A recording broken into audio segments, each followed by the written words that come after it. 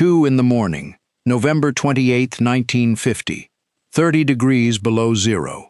A Marine captain named William Barber lay in a hole scratched out of frozen ground on a bare hill in North Korea, and listened. Bugles, whistles, then the sound of thousands of men starting up the slope toward him. Barber had a couple hundred Marines on that hill. Coming for them was an entire Chinese division, and the order he had been handed that afternoon made no military sense at all. Hold the pass below, because the road through that pass was already cut. The high ground all around it already belonged to the enemy. Barber had been sent to hold a door that on every map was already closed. Here is why it mattered anyway.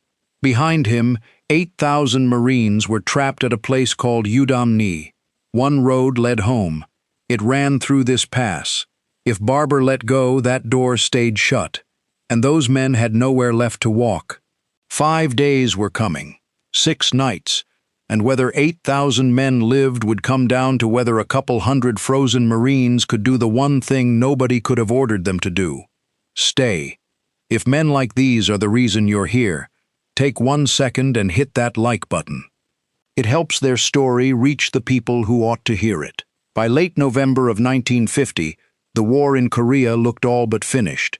General Douglas MacArthur had driven north, past the enemy's capital, up toward the Yalu River and the border with China.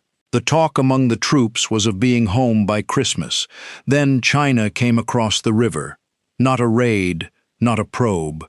Whole armies moving at night, on foot, through mountains no one believed an army could cross. Well over 100,000 Chinese soldiers had come across the border. They had done it in the cold, without the trucks and tanks that would have given them away, and they had done it while American commanders were still telling themselves that China would never dare come in with everything it had. The men at the front knew better.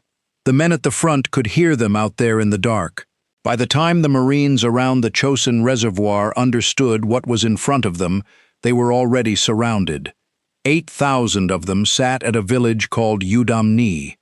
Their only way out was a single dirt road running south to a place called Hagaru-ri, and that road had one weak point: a high mountain pass 7 miles from anywhere called Toktong. Whoever held Toktong held the door. The job went to Fox Company, 2nd Battalion, 7th Marines, about 220 men. Their commander was a captain named William Barber. Barber was a Kentucky man, plain-spoken, by the book. He had already fought his way across one war, Iwo Jima, 5 years before, in the Pacific, the kind of fight some of you have read about your whole lives. When he first took over Fox Company, he looked at a tired, unshaven bunch of men and told them to clean up, shave, and look like Marines again. That was Barber. On the afternoon of November 27th, he led his company up onto the hill above the pass and told them to dig in. That was easier said than done. The ground was frozen solid, hard as pavement. A shovel bounced off it. A bayonet skidded across it and struck sparks. Some men gave up on digging with tools and used grenades instead, blasting shallow scrapes out of the rock, just to have something to get down behind. The temperature kept falling toward 30 below. Canteens froze into blocks of ice. Rations turned to stone in a man's pack. Fox Company was on its own out there. The nearest Marines were miles away in either direction, and every one of those miles was now enemy ground. No reinforcements were coming up that road. No tanks. If the hill was going to be held, it would be held by the men already standing on it. Barber walked his line before dark. 220 men, spread thin across a bare rise of ground, rifles pointed out into country that belonged to the enemy on every side. He set his machine guns where they could sweep the slopes. He checked his fields of fire. He made sure every man knew where the next man was. And then the light went out of the sky, and the cold came down like a weight, and the hill went quiet. Not one of them knew that a full Chinese division, around 10,000 men, was already moving through the darkness around their position. It was the last quiet they would get for a week. At 2 in the morning, the bugles started. Then whistles, then that sound like cymbals, clashing down the slope in the dark. It was how the Chinese moved men in a night attack. Sound instead of radios, passed unit to unit across the mountainside. To the Marines lying in their holes, it meant one thing: they were coming. They came in waves. Hundreds of men at once, pouring up the slope out of the black, firing as they climbed. The Marine line opened up all along the crest. Muzzle flashes lit the snow, and still they came. One of the first places the line nearly broke was a gap held by a rifle team that included a young private named Hector Cafferata. Cafferata was 21, a big kid from New Jersey who had played semi-pro football and joined the Marine Reserves, and who had gotten all of a couple weeks of extra training before they shipped him to Korea. When the attack hit, he was still in his sleeping bag. He came out of it into the freezing dark and could not find his boots. So he fought without them. In his socks, in 30 below, on frozen rock, Hector Cafferata stood up in the gap where his fire team had gone down around him, and he held it. Beside him was another young Marine named Kenneth Benson. A grenade went off close to Benson's face and blinded him. He could not see a thing. So the two of them worked out a system in the dark. Benson couldn't aim, but he could load. He knelt there, sightless, loading rifles and passing them up, one after another, while Cafferata fired them.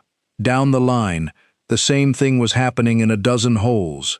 Grenades came bouncing in among the Marines, and there was no time to run from them. More than once, a man snatched one up and threw it back before it went off. Cafferata did it again and again, until one caught him and tore into his arm and hand. He kept fighting anyway. Cafferata and Benson had been posted out ahead of the main line that night, at a listening post.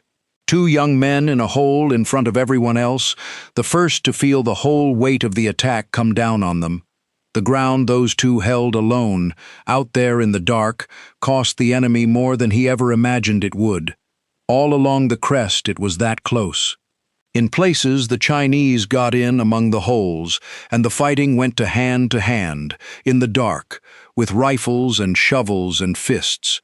Twice, maybe 3 times that night, the enemy punched clean through the line, and each time the Marines nearest the break turned and closed it, and shoved him back out into the snow. There is a kind of courage that shows up in one terrible moment, and then it is over. There is another kind that has to show up again, and again, all night long, out of tired men who have already given everything they thought they had to give. That second kind is what held the line on Fox Hill. The cold was its own enemy that night, and it fought both sides. Rifle bolts froze shut and had to be worked by hand.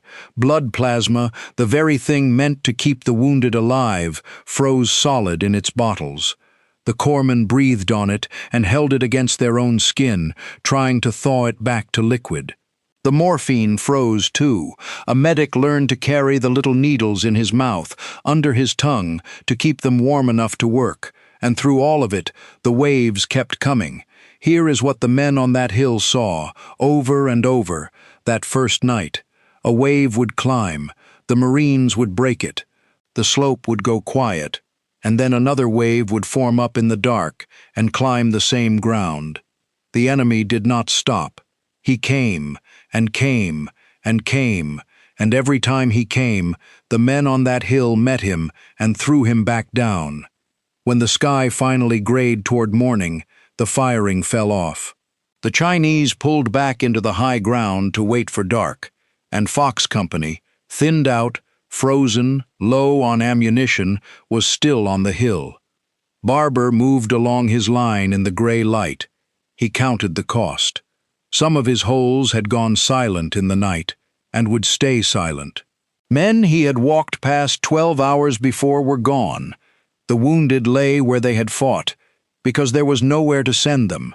No road out, no hospital. The aid station was a tent on the same hill everyone was trying to hold. But the line had held. The perimeter was still whole. Cafferata was alive. Frostbite had crept into his feet from the hours in the snow without boots, and he had been hit, and he would not do much more fighting. But he had held the gap. The line had not broken where he stood. Barber had his men share out what ammunition was left, drag the wounded closer to cover, and get ready. Because everyone on that hill understood the arithmetic now. The enemy had all the men in the world. Fox Company had 200, and fewer every hour, and the sun was already climbing, which meant the dark was coming back. Here is the question that hangs over the whole thing. Why stay? Fox Company could count. They knew what was around them. They knew no one was coming. A rifle company that pulls back off an impossible hill to save itself, no one would call that cowardice. It is what the math tells you to do. But if you were on that hill, you were also holding a door. 7 miles north, at Yudam-ni, 8,000 Marines were getting ready to fight their way out. Men with their wounded, their trucks, their guns, and exactly one road home. That road ran through Toktong Pass, through the ground Fox Company was standing on. If Fox let go of that hill, the Chinese would close the pass. And 8,000 men to the north would be sealed off, in the mountains, in the winter, with an army between them and the sea. So the choice on that hill came down to something very simple and very hard. Leave and live and let the door close on your own. Or stay on a hill you could not hold, against a force you could not stop, and keep the door open for as long as there was anyone left to keep it open. Fox Company stayed. No order came down telling them they had to. There was even a point, higher up, where pulling them out was discussed, and Barber argued against it. He knew what his hill was worth, and he would not give it up. The word to withdraw never reached his men, and not one of them asked for it. I've gone through the after-action reports on this fight more than once, and what stays with me isn't the number that held, it's that no one on that hill was ordered to volunteer for it, and every one of them did. It's worth stopping on what "hold the pass" actually meant for the men doing it. It did not mean one hard night and then relief. It meant staying awake in a hole, in 30 below cold, hour after hour, knowing the next attack was coming, and not knowing when. It meant watching your friends carried to a tent that could not help them. It meant rationing bullets, and rationing the little food that had not frozen, and holding on to the one thing that could not freeze, the decision to stay. And it meant doing all of it with no promise that any of it would matter. No one on that hill had been told that help was on the way, because at first it wasn't. They were not holding on until relief came. They were holding on, period, for as long as they could, because the men to the north needed time, and time was the only thing Fox Company had left to give them. Every hour Fox Company held, the column at Yudam-ni got an hour closer to being able to move. The men on the hill could not see that. They could not see the 8,000. They just knew those men were up there somewhere, counting on a door. So when the second night came, and the bugles started again, Fox Company was right where it had been, on the hill, between an army and the men that army wanted to destroy. What came next was not one battle. It was the same battle, over and over, for 5 days and 6 nights. Each day ran to a pattern. In the dark, the enemy attacked, and Fox Company held.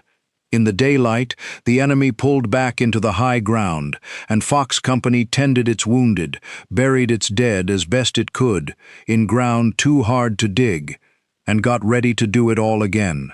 The company got smaller every night. Staying alive up there became its own kind of combat. The cold worked on a man's body the whole time, whether the enemy was attacking or not. Feet froze inside boots. Hands stopped closing. Frostbite crept into fingers and toes and faces. A man who lay still too long, trying to rest, might not get up again. The cold could take an exhausted man in his sleep as surely as a bullet. So they learned to keep moving. Keep talking. Keep each other awake, because sleep on that hill could be the last mistake a man ever made. Feeding the hill fell to the airplanes. Fox Company was cut off on the ground, so everything it needed had to come out of the sky.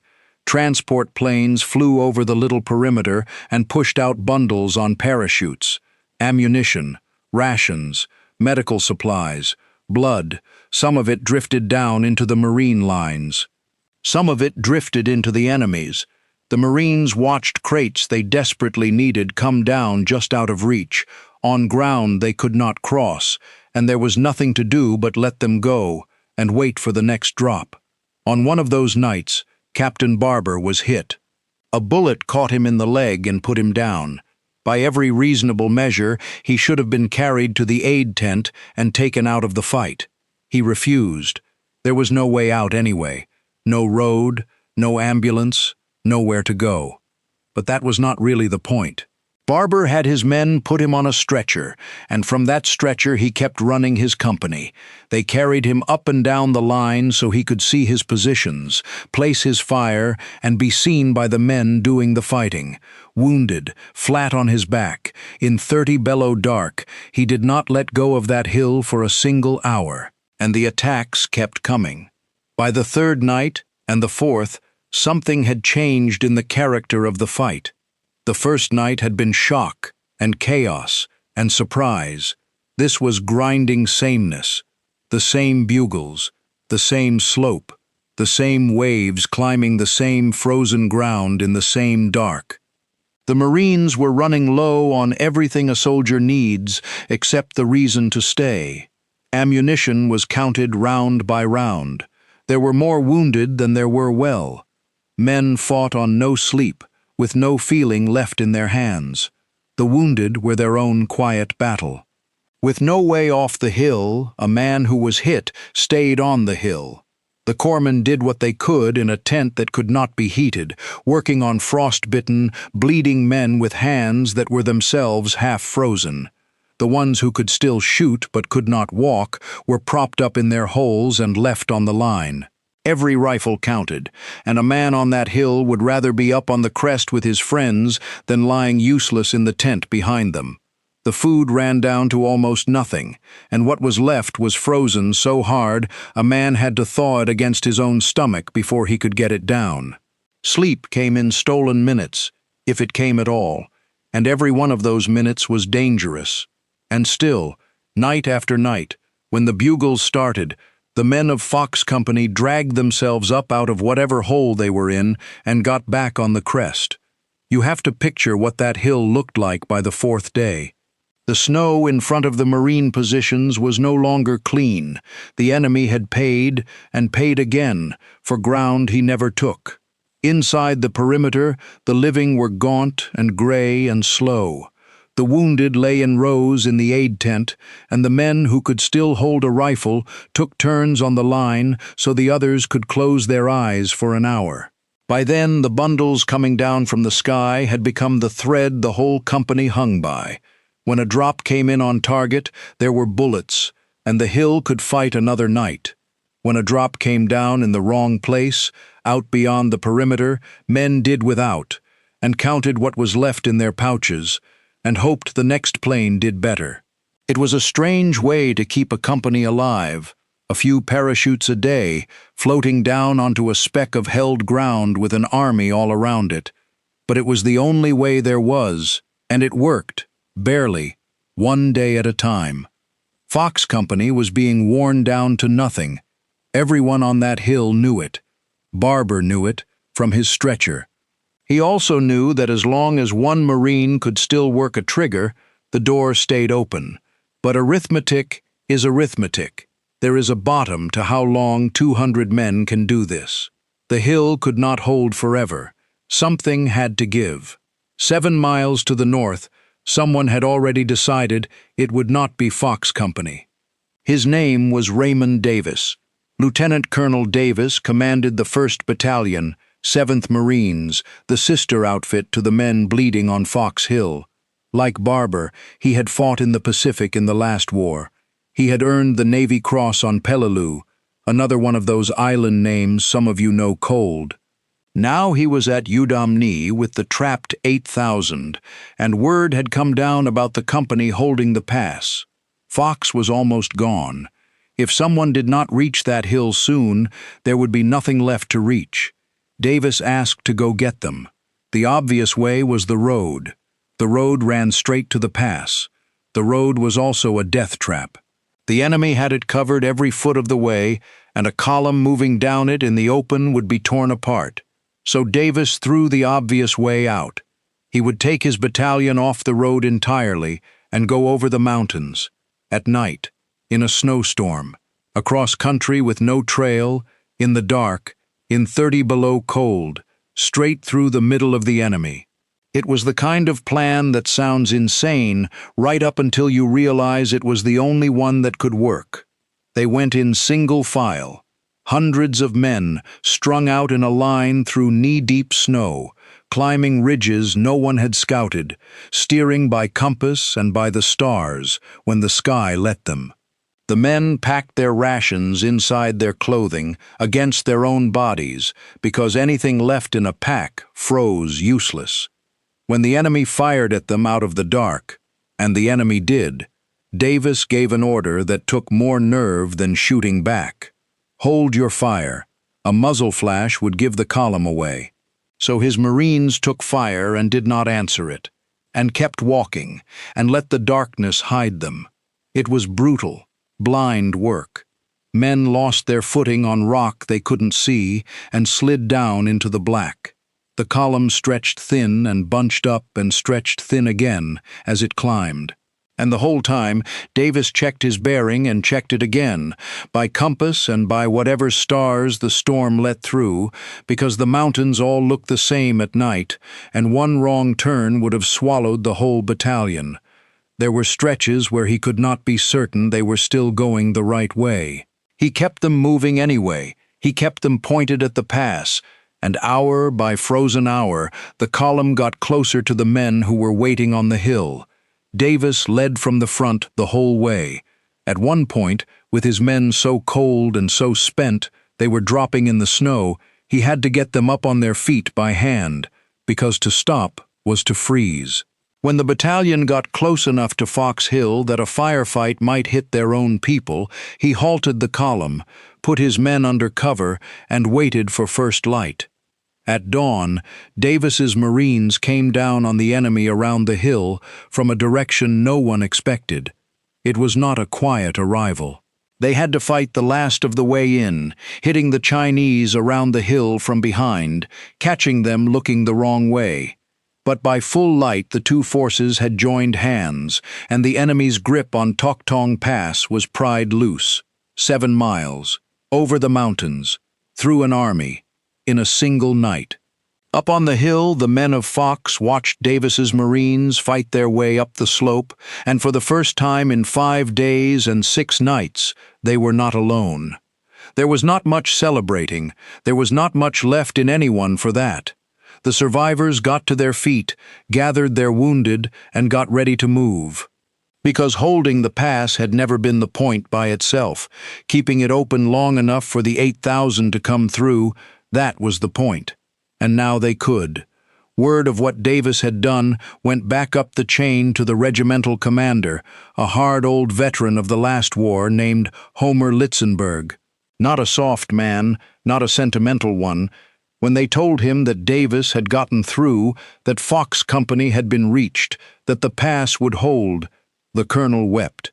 The door had stayed open. 200 men, and then the battalion that came over the mountains for them, had kept it open. And on every map, that door had been closed before the first shot was ever fired. When it was over, the men counted themselves. Fox Company had gone up that hill with somewhere around 220 Marines. When they were relieved, 82 were able to walk down off it on their own 2 feet. By the time they reached Hagaru-ri, only about 60 were still on their feet at all. 3 out of every 4 men in the company had been killed, wounded, or captured. That was the price Fox Company paid. Now look at what that price bought. The pass stayed open, and through it, out of the trap at Yudam-ni, came the 8,000.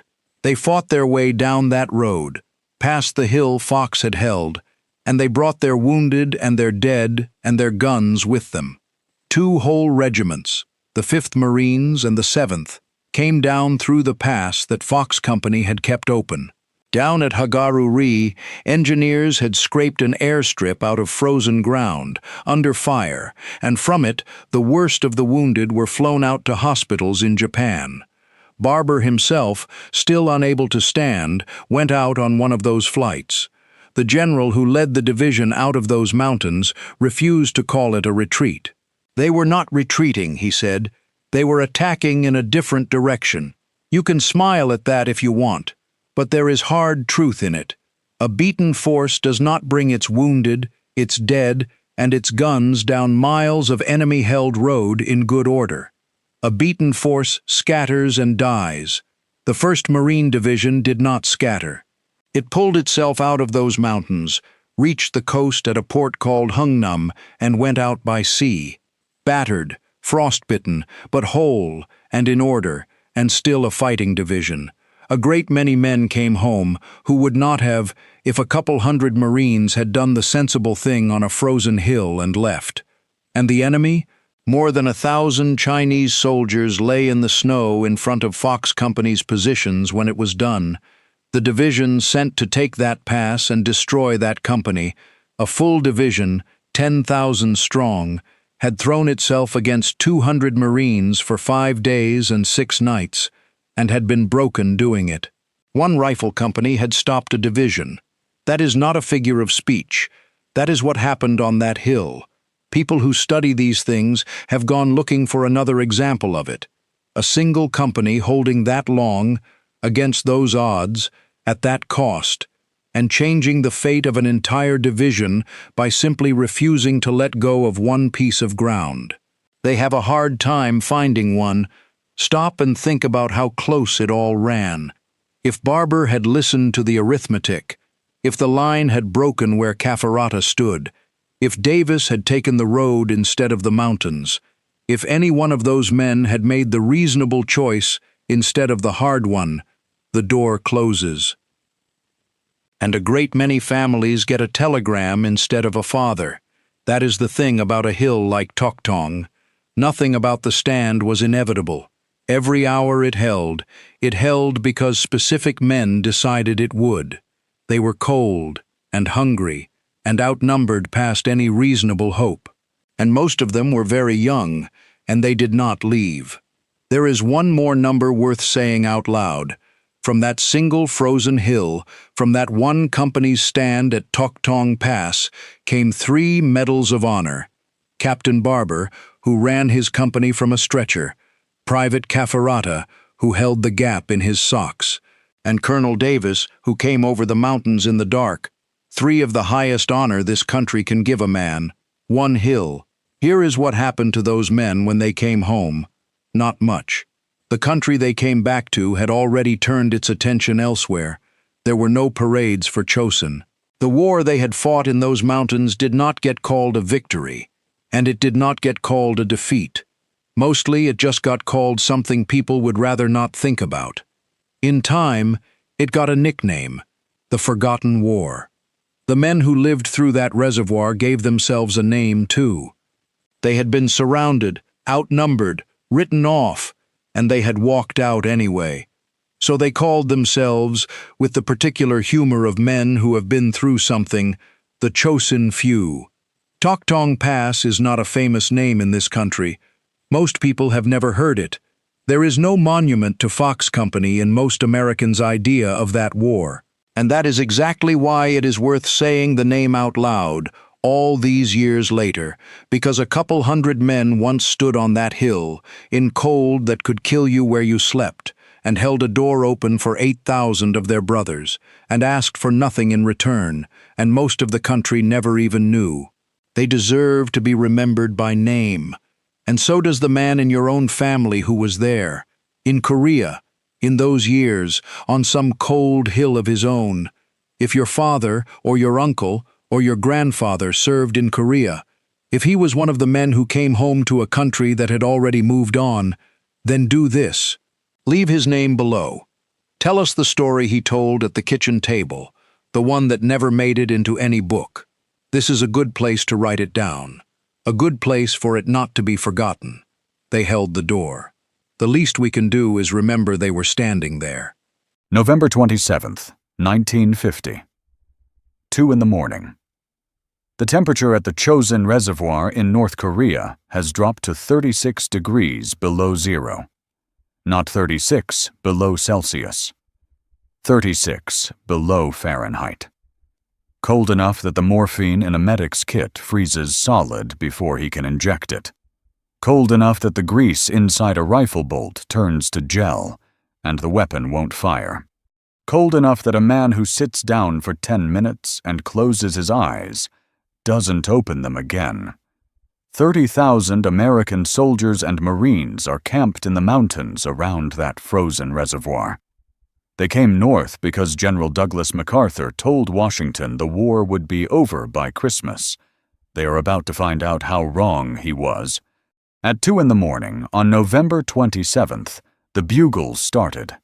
Chinese bugles, from every direction. 120,000 soldiers of the Chinese People's Volunteer Army came out of the dark and hit the American lines from 4 sides at once. 4 to 1, in the dark, in the ice. The men on those hills had no idea how many Chinese were out there. They had no idea that the Chinese 9th Army Group had marched 200 miles through that same mountain wilderness in total secrecy. No vehicles, no fires, no radio traffic, and had been waiting in those hills for days. They had no idea that Mao Zedong himself had issued the order: destroy the 1st Marine Division. But one man knew. He had known for weeks, and while every general above him was looking the other way, he had been quietly, carefully, building the thing that would save them. His name was Oliver Prince Smith. He was 57 years old, rail-thin, white-haired. His Marines called him the Professor, not because he looked dangerous, because he didn't. He looked like someone who taught high school chemistry and coached the debate team on weekends. He was soft-spoken. He was polite. He read philosophy books the night before combat operations.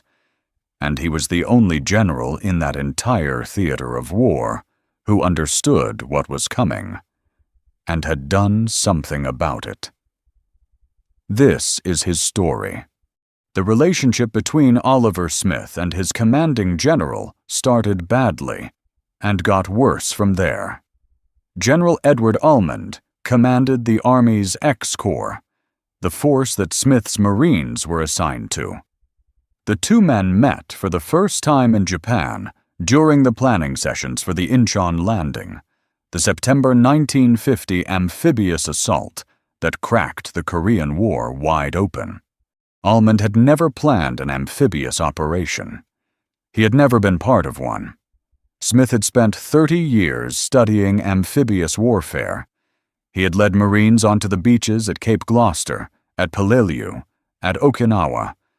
Almond spent that first meeting telling Smith things Smith already knew about a subject Almond had never practiced. Then, at some point, Almond looked at the man sitting across from him, the man who was only 10 months younger than he was, and called him son. Smith said later, in his own words, "I tried to tell him a few of the facts of life, and he was rather supercilious, and he called me son, which kind of annoyed me." That was how it began. It never got better. Almond was what other officers called a MacArthur man. General Douglas MacArthur, commander of all UN forces in Korea, ran his war from the Dai-ichi building in Tokyo, a former insurance company headquarters that MacArthur had converted into his command palace. He rarely visited the front. He held briefings in comfort. He issued orders with certainty. Almond operated on the assumption that whatever MacArthur believed was correct, and that any officer who questioned it was simply not thinking clearly. Smith said of Almond years later, "MacArthur was God to him. Whatever MacArthur said, nothing could change it." By October 1950, the war seemed to be going exactly as MacArthur predicted. The Incheon landing had succeeded. Seoul had been recaptured. The North Korean army was broken and running. MacArthur announced that the boys would be home by Christmas. X-Corps, Almond's command, received orders to push north toward the Chinese border, to the Yalu River. The plan was to divide the UN forces.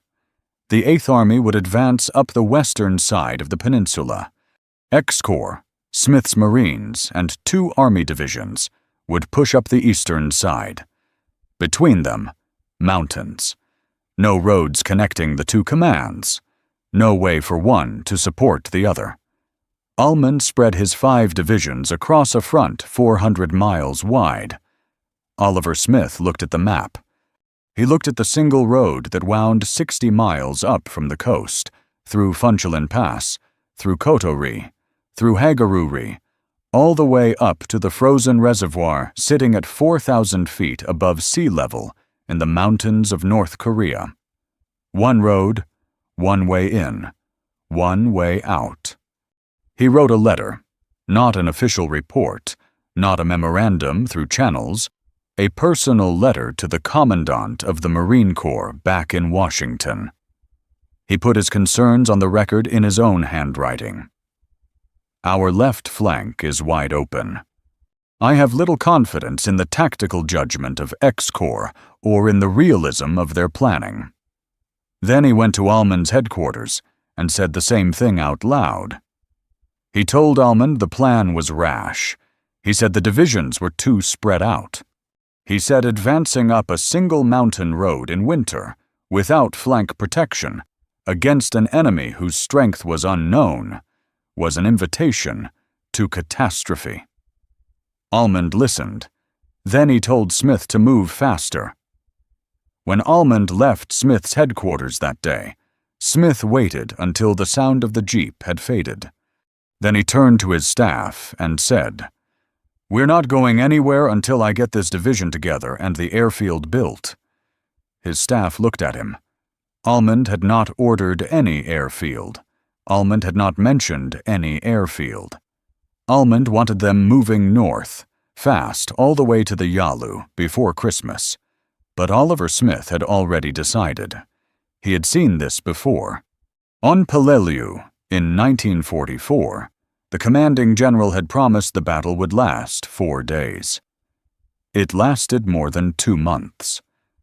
Smith had sat on the ship the night before, that landing reading a biography of Oliver Wendell Holmes, waiting for a battle he already knew was going to be worse than anyone above him admitted. He was not going to let that happen again. Not here. Not to these men. He picked up the phone and called his engineers.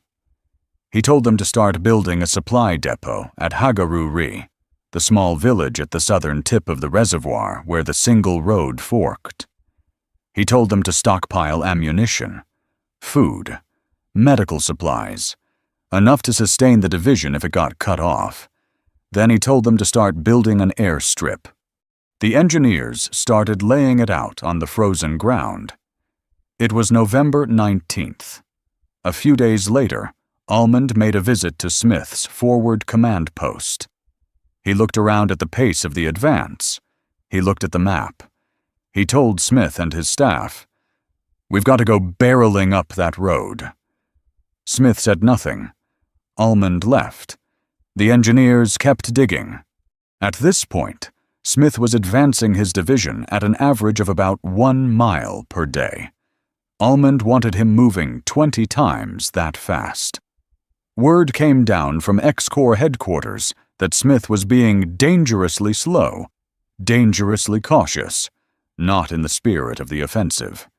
He did not change course. Every mile north he was placing another supply cache along the road. Every mile north he was keeping his regiments within supporting distance of each other, so that if one got hit, the others could reach it. And back at Hagaru-ri, his engineers were scraping an airstrip out of the frozen earth.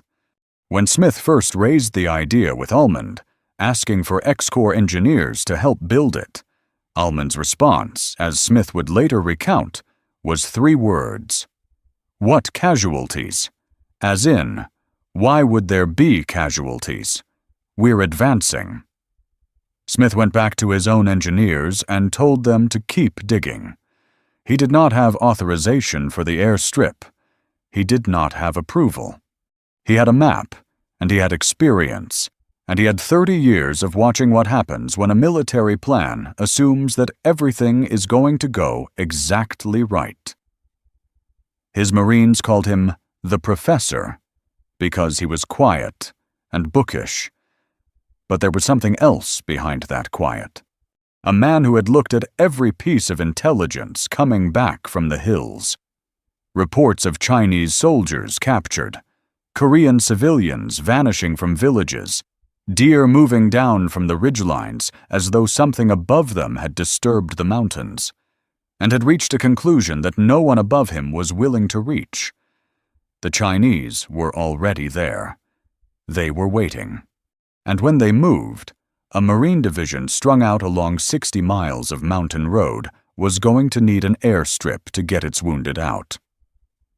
By November 27th, the Hagaru-ri airstrip was still not finished. The engineers were still working when the sun went down that evening. Still working when the temperature dropped past 30 below. Still working at 2 in the morning when the Chinese bugles started. To understand what Oliver Smith was up against, you have to understand what the rest of the world believed in November of 1950. The Korean War had started in June. North Korea invaded South Korea. The American-led UN force was nearly pushed into the sea. Then came Incheon. MacArthur's amphibious landing at Incheon in September was one of the most audacious operations in the history of the American military. The tides at Incheon were among the most dangerous on Earth. The harbor was mined. The approach was exposed. Every expert who looked at the plan said it couldn't work. MacArthur said it would. It did. Seoul was retaken. The North Korean army collapsed. What had looked like certain defeat turned into a rout. MacArthur's reputation, already enormous, became something close to invincible. He was 70 years old. He had been in uniform for half a century. He had commanded armies in 2 world wars. He was the most decorated American soldier alive. And he was certain, absolutely, completely certain, that he understood this war, understood this enemy, understood this moment. He announced his plan. Drive north to the Yalu River, the border between Korea and China. Destroy whatever remained of the North Korean army. End the war. Home by Christmas. The Joint Chiefs of Staff in Washington had doubts. The Truman administration had doubts. China had already sent warnings that it would enter the war if UN forces approached its border. MacArthur dismissed the warnings. He dismissed the doubts. He was MacArthur. And for a few weeks in October 1950, it seemed like he might be right again. UN forces poured across the 38th parallel. They moved north fast. The North Korean resistance was crumbling. Then, in late October, the first reports came in. South Korean units near the Chinese border had made contact with soldiers who were not North Korean. They were Chinese. The reports went up the chain of command. They reached X-Corps. They reached MacArthur's headquarters in Tokyo. The official response: these were volunteers. A small number of Chinese irregulars. Nothing to be alarmed about. MacArthur continued north. Oliver Smith did not believe it. He had intelligence reports that his own division's patrols were generating, not the cleaned-up summaries that traveled up through channels to Tokyo, but the raw accounts from the men who had actually been out in those hills. Chinese soldiers were being captured, not a handful. Enough that Smith's intelligence officers were building a picture of entire formations, regiments, divisions, moving through the mountains at night, hiding by day, leaving almost no trace. The historian David Halberstam, who spent years reconstructing the Korean War, wrote that Smith was operating with a fundamentally different understanding of reality than the commanders above him. MacArthur's headquarters in Tokyo believed what it wanted to believe. Smith believed what his patrols told him. There was something else Smith understood that the planners in Tokyo seemed to have missed. Look at the map again. MacArthur's offensive had two separate prongs: the 8th Army in the west, X Corps in the east. Between those two forces, the Taebaek Mountains, running north to south like a spine down the center of the peninsula. No roads crossed it. No lateral communication was possible. If one force got hit, the other could not come to its aid. By mid-November, Almond's 5 divisions were spread across a front 400 miles wide. In military doctrine, a force spread that thin, across terrain that hostile, in weather that severe, is not a battle formation. It is a series of targets. Smith wrote in his personal diary that he felt X Corps was advancing with no flank protection and no contact with adjacent units into terrain that could swallow entire divisions without anyone knowing they were gone until it was too late. He was not the only officer who had doubts, but he was one of the very few willing to act on them. Most senior American commanders in Korea at that point were doing one of two things. Some were going along with MacArthur's plan, telling themselves he had been right before and would be right again. Others had private reservations but kept them private because questioning MacArthur wasn't something that advanced a career. Smith did neither. He put his doubts in writing: the personal letter to the commandant, the explicit statement that he had no confidence in X Corps planning. And then, every single day, he acted on those doubts in ways that Almond could see but couldn't quite order him to stop. The slow march, the supply depots, the airstrip going up at Hagaru-ri. Each decision was individually defensible. A division commander consolidating his regiments before pushing further north. A general securing his supply lines. An officer requesting an airfield to support future operations. None of it was technically insubordinate. All of it was exactly what Almond did not want him doing. There is one detail from these weeks that military historians have returned to again and again because it says something essential about the difference between these two men. When Smith requested X Corps engineers to help build the Hagaru-ri airstrip, the request was denied. X Corps was not interested in airfields in that area. So Smith called his own engineers, Lieutenant Colonel John Partridge and the 1st Engineer Battalion, and told them to build it themselves. They worked in rotating shifts, day and night, in temperatures that dropped past 30 below. The frozen earth was as hard as concrete. They used explosives to break the surface. They scraped and graded and compacted a runway long enough for transport aircraft, 4,000 feet above sea level, with equipment not designed for these conditions, in weather that was killing men who simply stopped moving. They started November 19th.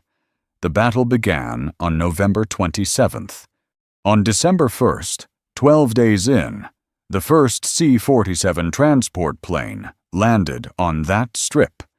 In the 5 days that followed, before Smith's division fought its way south and the airstrip was abandoned, 4,312 wounded and frost-bitten men were flown off that field. 4,312. Almond, years later, claimed credit for the airstrip. In his official oral history, he said he had essentially directed Smith to build it.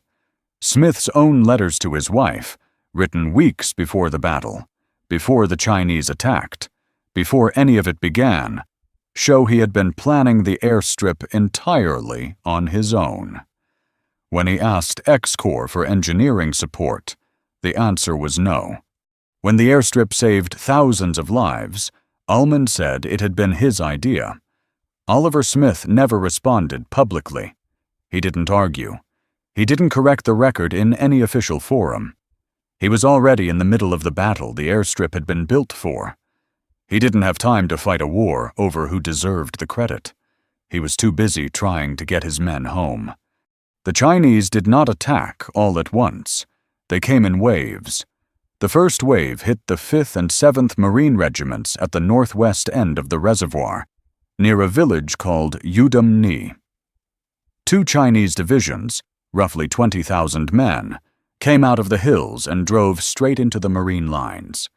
A 3rd Chinese division swept in behind them, cutting the road between Yudam-ni and Hagaru-ri, trying to sever the Marines from their own base.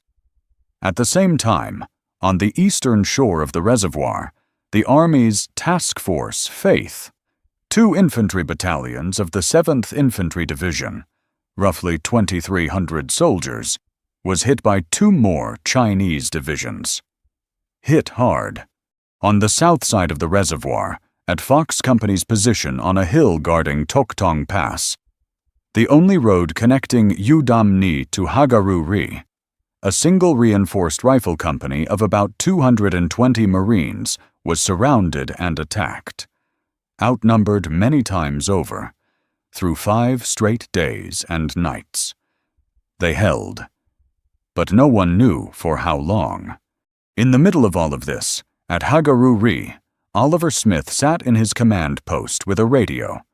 He was the only senior commander at the key position on the map, the junction where all the roads met, the place where the airstrip was still being scraped out of the ice, the point that had to hold or nothing else would matter. He had flown there himself that morning before the attack, because he had calculated, looking at the geography, looking at what he knew about Chinese doctrine, looking at the shape of the Y-formed road network, that Hagaru-ri was where the battle would be decided. Not at Yudam-ni, where most of his combat strength was. Here, at the junction, at the airstrip. He was right.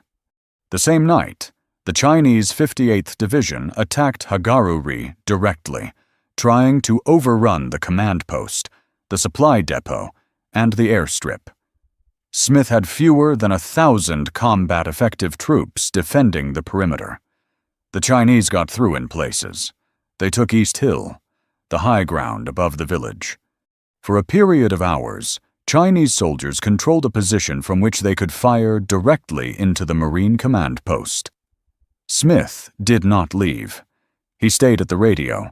He was listening to reports coming in from 4 different surrounded positions at once: Yudam-ni, Fox Hill, the Army units on the East Shore, and now his own perimeter at Hagaru-ri. And General Almond was silent. Smith had been trying to reach X-Corps headquarters since the attacks began. For nearly 2 days, he could not get a clear answer on what he was authorized to do. He could not order a general withdrawal without permission from above. He could not order his regiments at Yudam-ni to start moving south without formal orders to do so. The chain of command had stopped working at the exact moment it was needed most. So Smith did what he could do within the authority he had. He ordered the 5th and 7th Marines at Yudam-ni to abandon their offensive objectives, the westward attack Almond had ordered, and to consolidate their positions, defend, hold, wait for orders. He ordered Fox Company on Toktong Pass to hold at all costs.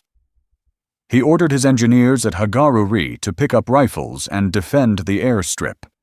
The engineers put down their scrapers and picked up weapons. They held the airstrip through the night.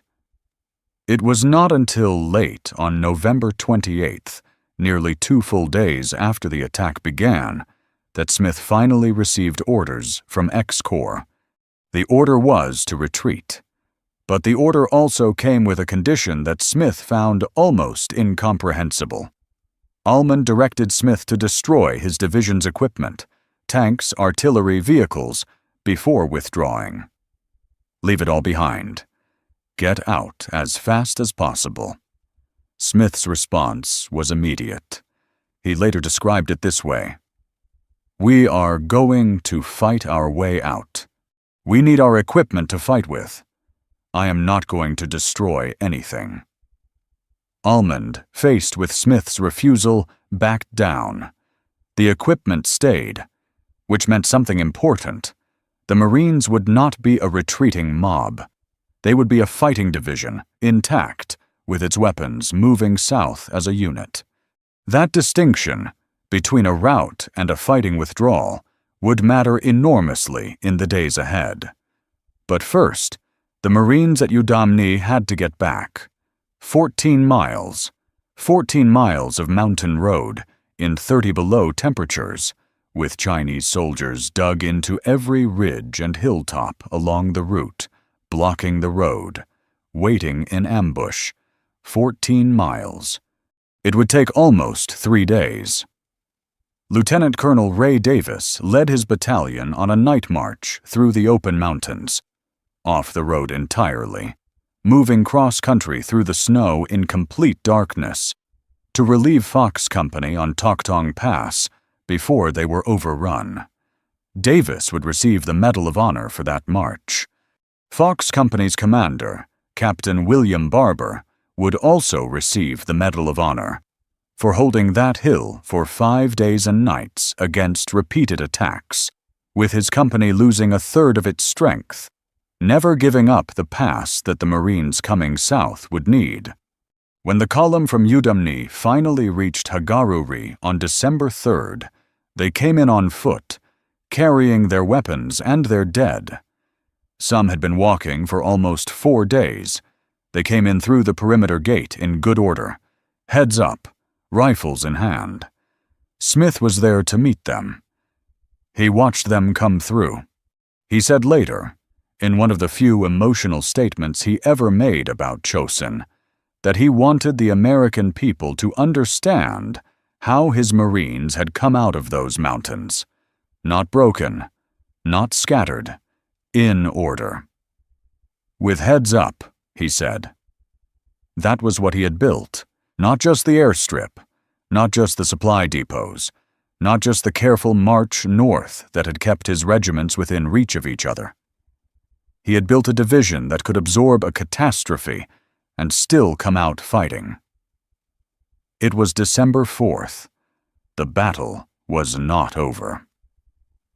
There were still 60 miles of road between Hagaru-ri and the sea, but the worst was behind them, because of decisions made weeks earlier by a soft-spoken general with white hair who read philosophy books and moved at 1 mile per day, while everyone above him was barreling toward Christmas. A reporter asked Oliver Smith about the retreat. This was December 4th at Hagaru-ri, while the Marines from Yudam-ni were still filing through the perimeter gate.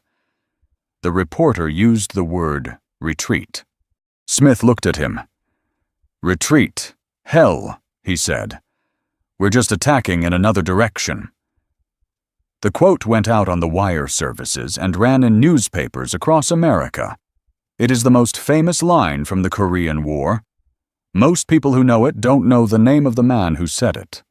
But what Smith meant by it was not bravado. It was a precise description of what his division was going to do for the next 7 days. They were not going to run south. They were going to fight south. Every mile of that road had Chinese soldiers on it. Every ridgeline had a blocking position. Every narrow pass was a potential ambush. The 60 miles between Hagaru-ri and the coast did not become safe just because Smith's men were moving through it. It had to be cleared, mile by mile, hill by hill. Smith organized the breakout the same way he had organized everything else, methodically, in sequence, with each piece of the division protecting the next.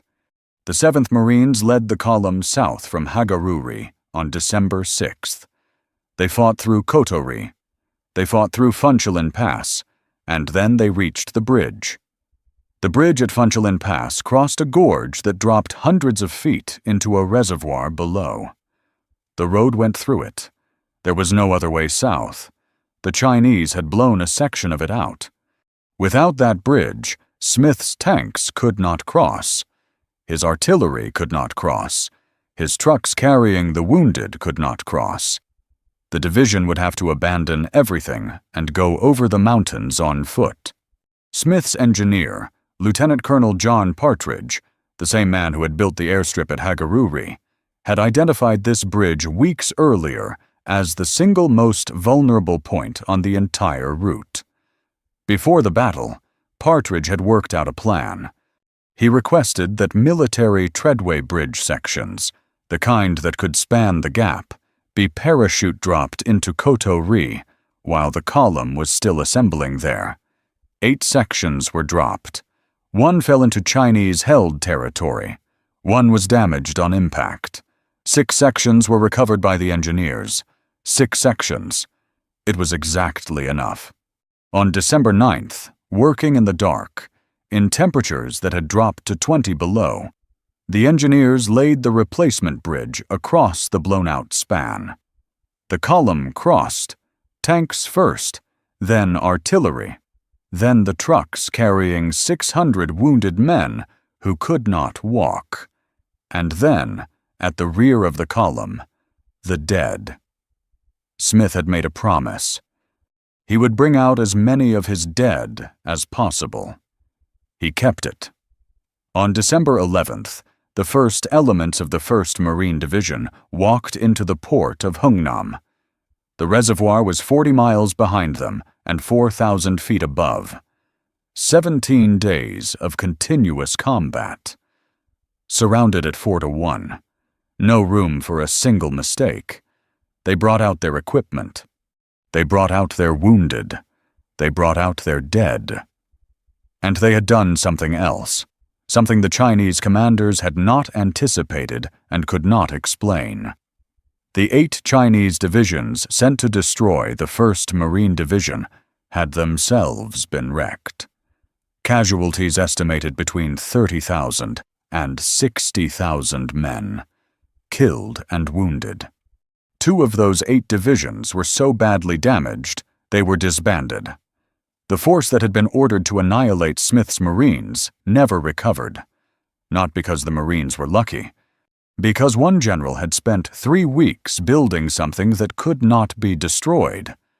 1 supply cache at a time, 1 mile per day, 1 airstrip scraped from frozen ground that no one above him had ordered, that no one above him had believed necessary, that no one above him would later admit had been his idea alone.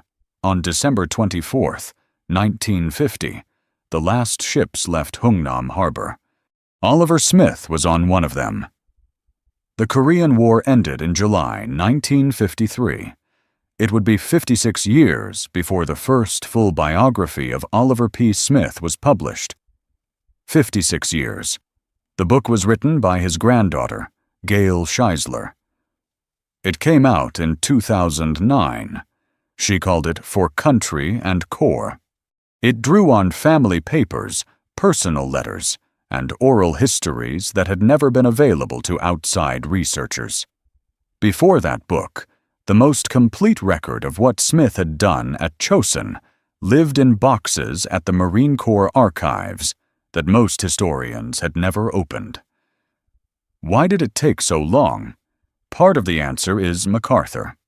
When Truman fired MacArthur in April 1951, the story of the Korean War became largely the story of MacArthur's dismissal, his return home, his address to Congress, the controversy, the hearings. MacArthur consumed the narrative. Everyone else got smaller as he got larger. Part of the answer is Almond. Almond retired and spent years managing his own legacy. He gave oral histories. He corresponded with official historians. He claimed credit for the airstrip. Smith did none of that. He went to Camp Pendleton. He did his job. He did not write a memoir. He did not seek interviews. He did not campaign for recognition. He held his final assignment: Commanding General, Fleet Marine Force Atlantic, and retired in September 1955 after 38 years of service. He was advanced to 4-star general upon retirement, in formal recognition of his heroism in combat. He went home to Los Altos, California. He lived quietly. He died on December 25, 1977. Christmas Day. He was 84 years old. And the largest part of the answer, the part that explains why a man who saved an entire division became so thoroughly unknown, is simply who Oliver Smith was. He was not a man who needed to be remembered. He was a man who needed his Marines to get home. They got home. That was enough for him. But there is something the documentary record shows when you go back and read it carefully. The letters, the diaries, the after-action reports, the oral histories Smith gave decades after the fact. Smith was right about everything. Right that the Chinese were there. Right that the plan was rash. Right that the flanks were open. Right that one mountain road in 30 below weather was not a safe line of advance. Right that an airstrip would be needed. Right that destroying the equipment would be a mistake. Right that the division could fight its way out if it was intact and organized and supplied. Every judgment he made, every precaution he took that Ullman told him was unnecessary. He was right. The military historian T.R. Fehrenbach, in his study of the Korean War, wrote that Chosin showed something the American military prefers not to examine too closely. That the system sometimes produces men who are wiser than the system itself, and that when those men act on their wisdom quietly, without the approval of those above them, the results can be the difference between a division that survives and a division that does not. After the battle, Marine Colonel Victor Krulak sent a message back to Headquarters Marine Corps in Washington. He wrote that Smith's decisions in the weeks before the attack had been the critical factor in the division's survival. The slow march, the supply depots, the airstrip. Krulak called it keen foresight. 2 words. For 3 weeks of preparation, carried out against orders, against pressure, against the certainty of every general above him, that saved thousands of American lives. Keen foresight. Oliver Smith never used those words about himself. He never said publicly that he had been right and Ullman had been wrong. He never wrote about what it felt like to sit at that radio in Hagaru-ri, listening to his men fighting in the dark while the chain of command went silent for 2 days. He kept it private. All of it. Which means there are things we will never know. What it cost him. What he thought in those hours. Whether the quiet of retirement in California ever felt loud with things he didn't say. He didn't tell us. And that, maybe, is the most Oliver Smith thing of all. If you've stayed with this story to the end, there's a good chance you understand something about it that no history book quite captures. Because a lot of you watching this had fathers or grandfathers or uncles who went to Korea or to the Pacific before that, and came home and put the uniform away and didn't talk about it. Not because it didn't matter, because some things are too large to fit into words at the dinner table. If you had someone like that in your family, someone who served and came back quiet, leave his name in the comments. Just his name. And where he served, if you know. That's all. The men who came off those mountains with their heads up, they deserve to be remembered. and so do the ones in your family. If this story meant something to you, share it with someone who ought to know it. There are people in your life who have never heard the name Oliver P. Smith. Now you can change that. Korea, December 1950. A frozen road, and a 3-star American general just off the plane, watching his own men run. Trucks full of American soldiers, streaming south.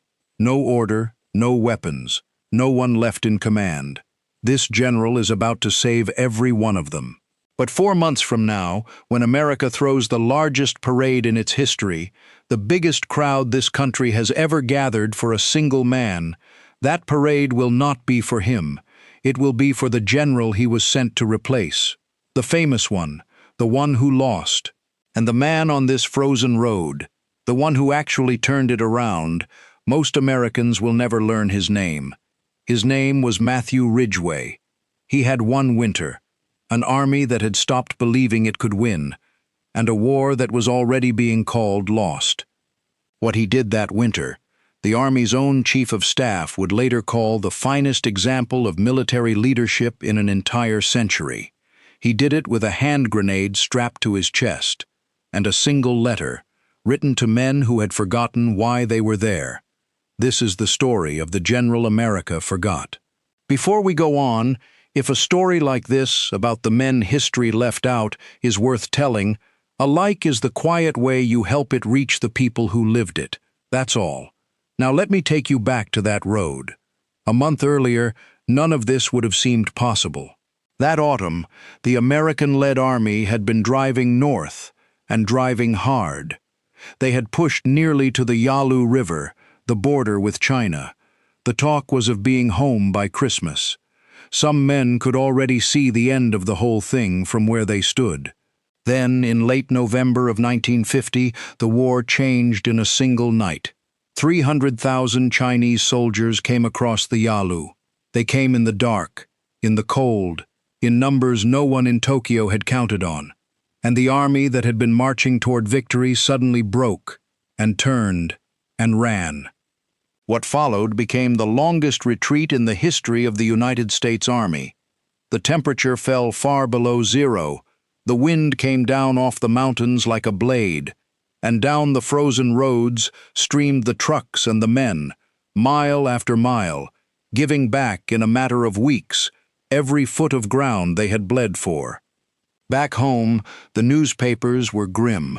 Around the world, knowledgeable men were saying the same thing out loud, that the Chinese would soon shove the United Nations forces clean off the Korean peninsula and into the sea. The soldiers themselves had a name for the mood. They called it bug-out fever. You could see it in the small things. On the command maps, staff officers had marked enemy positions in grease pencil. Dozens of them, and nobody had actually gone out to lay eyes on a single one. The army was fighting shadows. It was falling back from ghosts it had never seen. And then, 3 days before Christmas, it lost the man at the top. On December 23, 1950, Lieutenant General Walton Walker died in a jeep accident on an icy road near Seoul. Now, Walker was no small loss.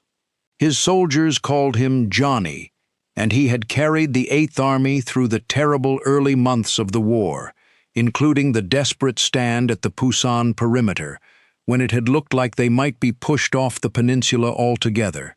He was a fighter, and in one moment on a frozen road, he was gone. So there it was, an army in full retreat, beaten in its own mind, and now, suddenly, with no commander at all, and the cold made all of it worse. This was one of the hardest winters those men would ever know. Weapons froze. Vehicles would not start. Wounded men suffered in ways the cold made crueler. Along the roads lay the things a beaten army leaves behind. Trucks run into ditches, gear thrown down, the litter of men who had stopped thinking about anything but getting south. It was not just a retreat on a map. It was a retreat inside 100,000 chests. Halfway around the world, it was still the evening of the 22nd in Washington. Matthew Ridgway, then the Army's Deputy Chief of Staff, was standing in a friend's home with a drink in his hand. The telephone rang. It was the Chief of Staff of the Army. Walker was dead. Ridgway had already been chosen to take his place. He was to get to Korea at once. Sit with that for a moment. One evening, a quiet gathering and a cocktail in Washington. A few days later, a frozen hell on the far side of the earth, and a broken army waiting to see what kind of man had come to lead it. But the man they were sending was no stranger to a hard fight. Matthew Ridgway had taken the 82nd Airborne into Sicily. He had jumped into Normandy in the black hours before dawn on D-Day, coming down near Sainte-Mère-Église at the head of his division, into flooded, blacked-out fields swept by German fire. Later, commanding an airborne corps, he had helped blunt the great German thrust in the Ardennes. In the dead of another brutal winter, he had driven his men across the Rhine, deep into Germany, and by the end had taken hundreds of thousands of German prisoners. This was a paratrooper, a man whose whole war had been about going in first, from the sky, into the very worst of it. He was not a young man anymore. He had graduated from West Point back in 1917, and he had given his whole life to the Army. But he had never learned to lead from behind a desk. Wherever the danger was worst, that was where Ridgway believed a commander belonged. He landed in Tokyo on Christmas Day and went straight to see the man in overall command of the war. The picture painted for him there was a grim one. There seemed to be no real answer for the tens of thousands of Chinese pouring down out of the north. The mood at the very top was the mood of a man staring at a dead end. Ridgway listened, and then he did the one thing that told you everything about him. He flew straight to the front, and there, from his own jeep, he saw it with his own eyes. Truckloads of soldiers streaming south, without order, without arms, without leaders. He would write those words down himself, later. It was not a defeat yet, but it was an army that had already decided it was beaten. And here is the thing Ridgway understood in that first hour, when the men above him did not. These soldiers did not need more rifles. They did not need more divisions. They needed a reason, and a reason was exactly what he had come to give them. The first thing his soldiers noticed about the new general was what he wore. Strapped to the harness across his chest, in plain sight, Matthew Ridgway carried a live hand grenade. On the other side, a first aid pouch. Now, a three-star general does not need to carry a grenade on his own body. He has an entire army to do the fighting for him. He can run the whole war from a warm room 100 miles behind the line, and no one would think the less of him. But that was the point. A cold, exhausted private, looking up out of a foxhole, saw a commander dressed as if he were about to jump into the fight beside him. Not behind him, not back at some heated headquarters. Beside him. You did not have to explain that to a soldier. He read it in a single glance. This general is not going anywhere. And neither are we.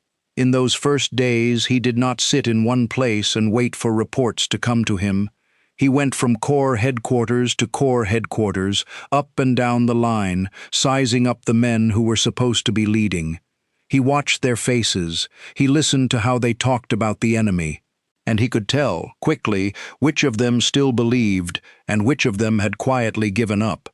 What he found was an army that had lost its confidence from the top down. So that is where he started, at the top. And Ridgway did not stay at headquarters. He went forward, constantly. He walked the lines in the snow. He had an uncanny memory for faces, and he would stop, an old general in the freezing wind, to tell some young corporal that he had done good work, and to mean it. He showed up in the cold, wet, miserable places where the men actually lived and fought. The places generals were not supposed to go. Then he went after the fear itself. At one of his first briefings, down at a corps headquarters, Ridgway sat through a long and careful presentation, plan after plan, all of them about how to defend, how to fall back, how to hold on a little longer. When it was over, he asked one simple question. Where are your plans to attack? The operations officer had to admit the truth. There were none. No one had even drawn them up. Within days, that corps had a new operations officer.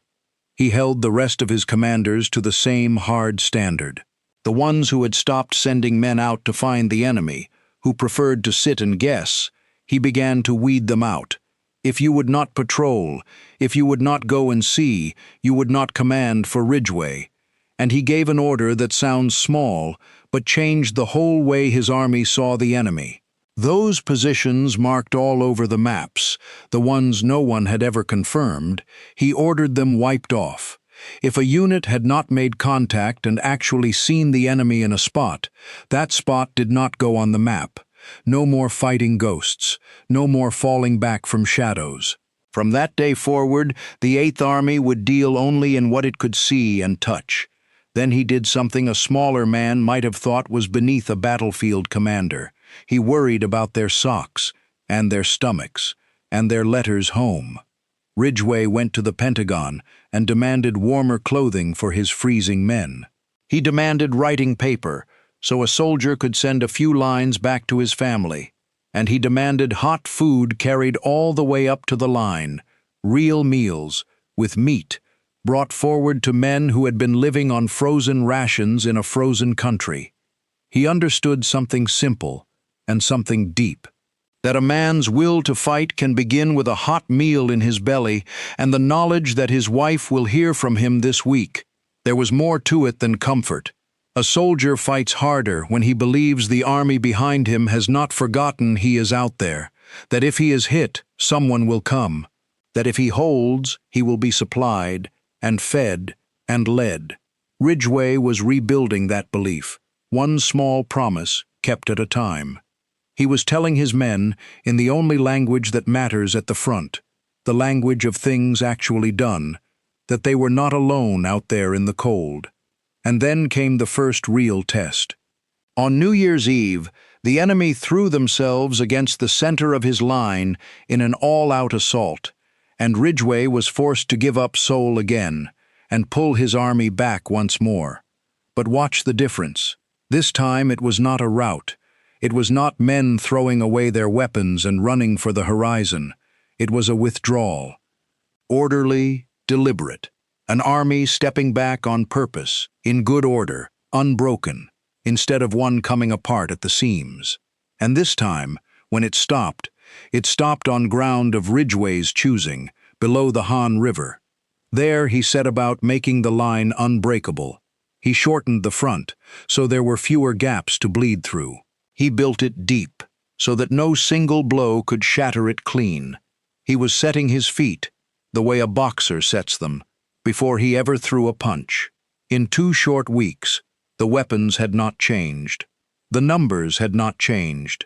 What had changed was the look in a soldier's eyes when he glanced up from his hole and saw his commander standing right there, grenade on his chest, in the same cold as everyone else. But Ridgway knew that presence alone would not carry them, because out on those inspections, walking his frozen lines, he had noticed something that stopped him where he stood, and it had nothing to do with weapons, or supply, or numbers. These American soldiers were missing something his men had carried in Europe, that fierce pride in their own outfit, that deep-down certainty about the thing they were doing, and when he pressed on the why of it, he found the root. They did not know what they were fighting for.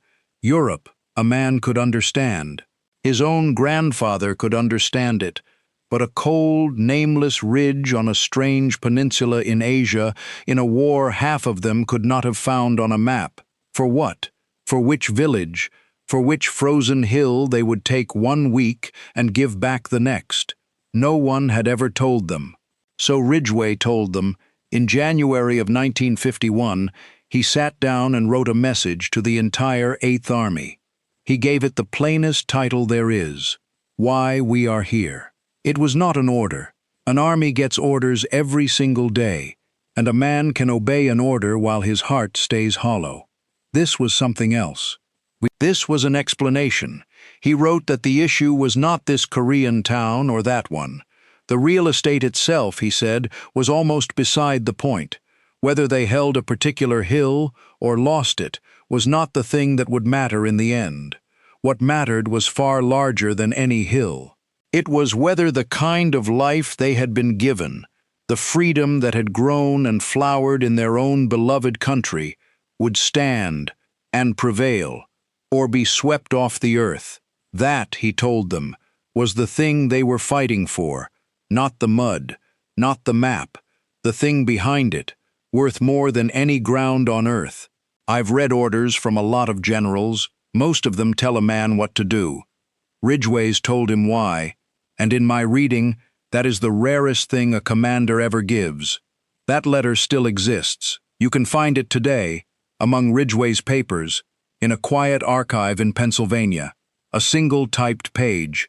More than 70 years old now, the paper gone yellow with time. He sent it down through the ranks, to every corps, every division, every company on the line.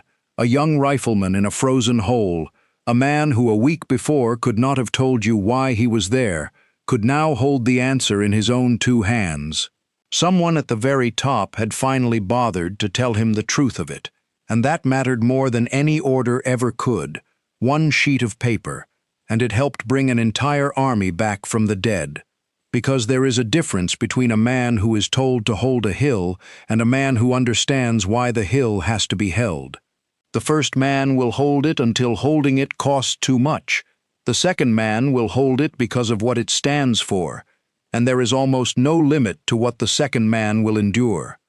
Ridgway had just turned a whole army of the first kind of man into the second, an army that had been running in part because no one had ever told it what it was running for, now, at last, knew. And that one change, invisible on any map, changed everything that came after. Once his men knew why, Ridgway stopped moving backward. He went looking for the enemy instead. In the second half of January, he sent out a careful probe to feel for the enemy, and on the 25th, he launched his first real offensive since taking command. He called it Operation Thunderbolt. Its whole purpose turned the war on its head. For weeks, the Eighth Army had been running from an enemy it could not see. Now it went hunting, feeling forward, one ridge at a time, testing where the Chinese actually were, instead of where fear had said they might be. And Ridgway fought in a cold, clear-eyed way that fit exactly who he was. He had almost no interest in taking cities and towns for the sake of a headline. He was not fighting for real estate. He had told his men as much in that letter. He was fighting to break the enemy's ability to attack at all. And to do that, he leaned on the one great advantage his army had: American firepower, artillery, air power. He would seize a piece of ground when taking it, help destroy the enemy and protect his own men, and not, as a rule, for any other reason. It was a grinding, unglamorous way to fight, and it worked. At the end of January, near a place called the Twin Tunnels, an American patrol was ambushed and cut off and had to be fought free. But in the doing of it, they had found something: the outpost line of a full Chinese division, dug in and waiting, and instead of pulling back from it, the Americans came on. A regiment moved in, and in a hard two-day fight, it broke 3 Chinese regiments where they stood. It was a small battle in the scheme of things, but it was a sign of what was coming. These were not the same men who had run in December. That regiment was the 23rd Infantry, under a hard, steady colonel named Paul Freeman, and 2 weeks later, Ridgway would ask them to prove it on a far larger stage. At a little crossroads village called Yudam-ni, a village less than a mile long, Ridgway ordered Freeman's regiment to do the one thing this army had forgotten how to do: stand and hold, no matter what. Freeman had his own men, and a battalion of French soldiers fighting alongside them, some 4,500 all told. And the Chinese cut them off completely. They severed both roads. Freeman's men were suddenly isolated, 20 miles beyond the nearest friendly line, ringed by an enemy force many times their size, by some counts 25,000 men closing in on that little perimeter in the freezing dark. Freeman gathered his commanders, and the word he gave them was as plain as it gets. "We're surrounded, but we'll stay here and fight it out." Then it came, wave after wave, out of the night, through 3 days and 3 nights of near-zero cold. The bugles and the whistles sounding in the darkness. Assaults from every direction at once, and the Americans and their French comrades held.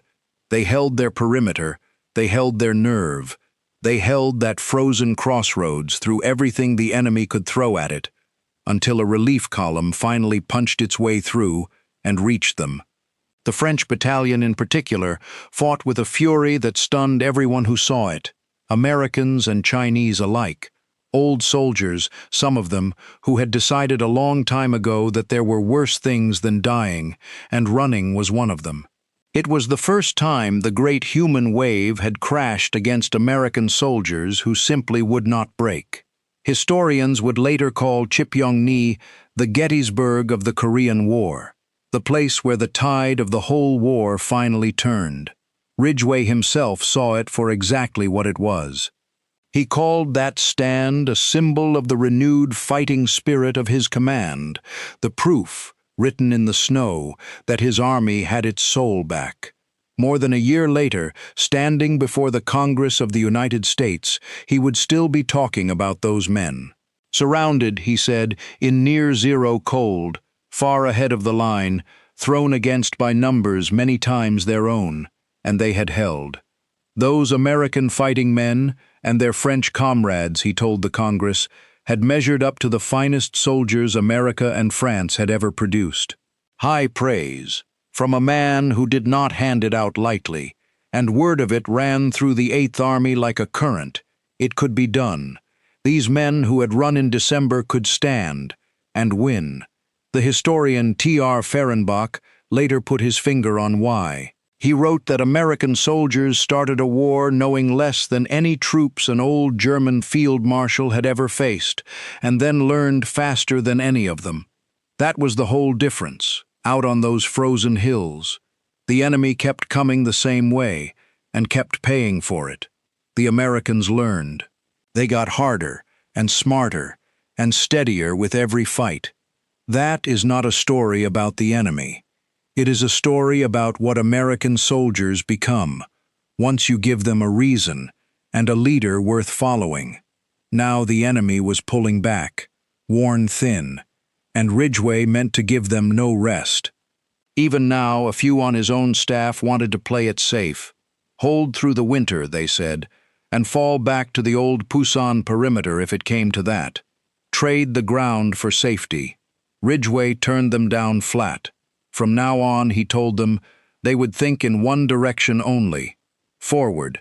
Then he turned them loose. And he gave his next attack a name that tells you everything about the man. He called it Operation Killer. Washington flinched. The word was too blunt, they told him, too hard to handle in the newspapers. Ridgway kept it anyway. He was not there to take pretty ground, he said. He was there to break an army. And the name of the thing ought to tell the plain truth about it. It landed like a hammer. 8 divisions, more than 100,000 men, the massed artillery, the planes of the Far East Air Force, the 1st Marine Division at the tip of the spear. By the end of February, the enemy south of the Han had broken. Then came Operation Ripper, and on the night of March 14th into the 15th, 1951, the 8th Army took back Seoul, the 4th time that ruined capital had changed hands since the war began, and the last. They had driven the enemy back an average of 30 miles across the whole front, all the way to the 38th parallel. Right about where the war had started, 9 months and a lifetime before. Stop and measure it. In a single winter, an army in headlong retreat, an army the whole world had written off, had turned around and driven a far larger force back to the line where it began. And here is the part that is easy to miss. Ridgway did all of it with what he already had. He never demanded that the war be widened. He never asked for new fronts, or bigger risks, or a fight with all of China. He took the army he was handed, on the ground he was handed, and he made it better than it believed it could be. Then he led it there himself, from the front, in the cold. That is the quiet kind of generalship. It does not make for thundering speeches, but it wins the fight in front of you, and brings the most men home to do it. His old comrade Maxwell Taylor, who would one day be the senior soldier in the entire United States Army, called it the finest example of military leadership of the century. And there was no parade for any of it, just an army that had found itself again, and the quiet, grim general who had shown it the way back. And now the two halves of this story finally meet. On the 11th of April, 1951, back in Washington, General Douglas MacArthur was relieved of his command. And the man chosen to take over everything, all the commands in the Far East, the very highest post in that entire theater of the war, was Matthew Ridgway. The soldier from the frozen road now held the top job in the Pacific. He had earned it in the mud, the hard way, a single step at a time. 9 days later, New York City gave America its answer to all of it. On April 20th, an estimated 7.5 million people poured into the streets of Manhattan. It was the largest crowd the city had ever gathered for a single human being. The parade route ran 19 miles. Ticker tape came down like a blizzard until the great avenues went white with paper. It was, by every measure anyone could find, the biggest welcome this nation had ever given a returning hero, and it was for the general who had left. Half a world away, across those very same days, Matthew Ridgway was still in Korea, doing the only thing he had ever known how to do. He picked up 3 more commands. The whole war in the Far East was now his to run, and he did it without ceremony. No crowd, no confetti, no motorcade down any avenue. He put on the same worn field uniform with that same grenade still on his chest, and he went back to the maps, and the cold, and the men. On Fifth Avenue, 7 million voices were chanting another man's name. In Korea, hardly one of them could have told you Ridgway's, and he did not stop to mind. Years later, a military writer looked back and put his finger on the strange truth of it. He called Ridgway the best fighting American general we hardly ever talk about. Sit with that a moment. The best, and the one we hardly talk about. Both, in the same breath, about the same man. He would go on.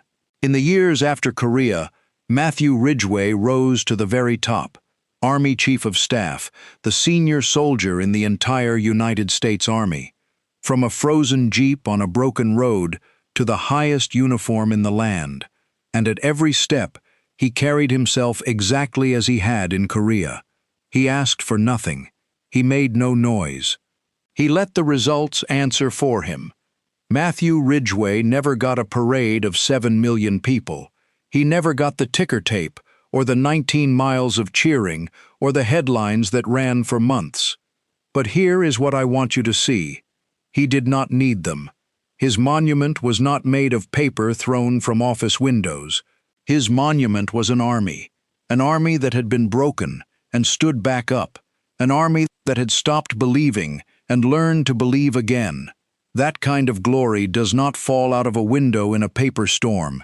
It is built, slowly, in the mud and the snow, one frozen day at a time, by a man who never once stopped to ask the crowd to notice. America gave the largest parade in its whole history to a name that everyone already knew, but the man who actually saved that army was standing, that week, in a place where no one was clapping at all, and maybe, just maybe, that is the very thing that made him great. Look at what he leaves behind. A single typed page resting in a quiet archive, a hand grenade worn on the chest of a general who never had to wear it, and a frozen road in December, where a man stepped off a plane, watched his army run, and decided, alone, that it would run no farther. The heroes we remember most are not always the ones who did the most. Sometimes, the most important man in the whole war is the quietest man in the trench. We build our statues to the men who gave the speeches. But the wars are so often saved by the men who never gave one.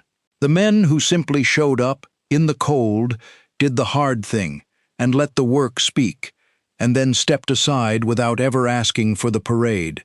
Matthew Ridgway is proof that some of the men who mattered most never got the parade, and chances are you knew one of them, a father, a grandfather. A man who came home from the Second World War, put the uniform away in a closet, and almost never spoke of it again.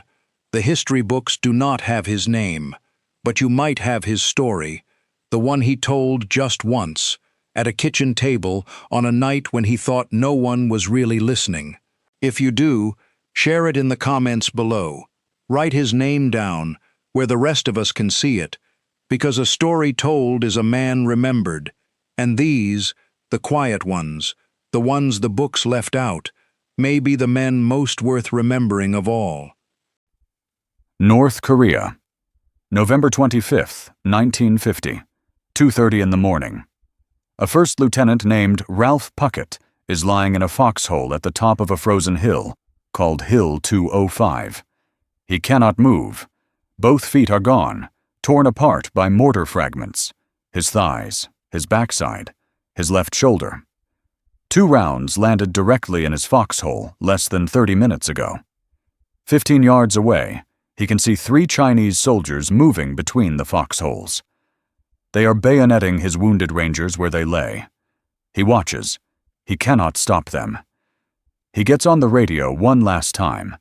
His voice is steady. "We are under great pressure. We're crumbling. We're being overrun. I just gave my unit the word to withdraw."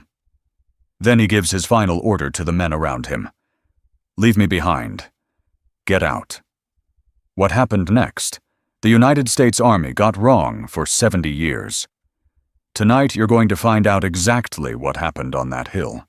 6 waves of Chinese soldiers, 1 night, 57 men against hundreds, and a decision made by 2 privates that almost no history book thought was worth putting down on paper. But before we go any further, if stories like this matter to you, hit like right now. Not for the channel. For men like Ralph Puckett, who never once asked for anything in return. It costs 2 seconds, and it's the closest thing most of us will ever do to saying, "We remember." Now, let's go back, not to that hill, but to a small town in Georgia, and a boy who had a very dangerous hobby. There is a town called Tifton in the flat farmland of southern Georgia.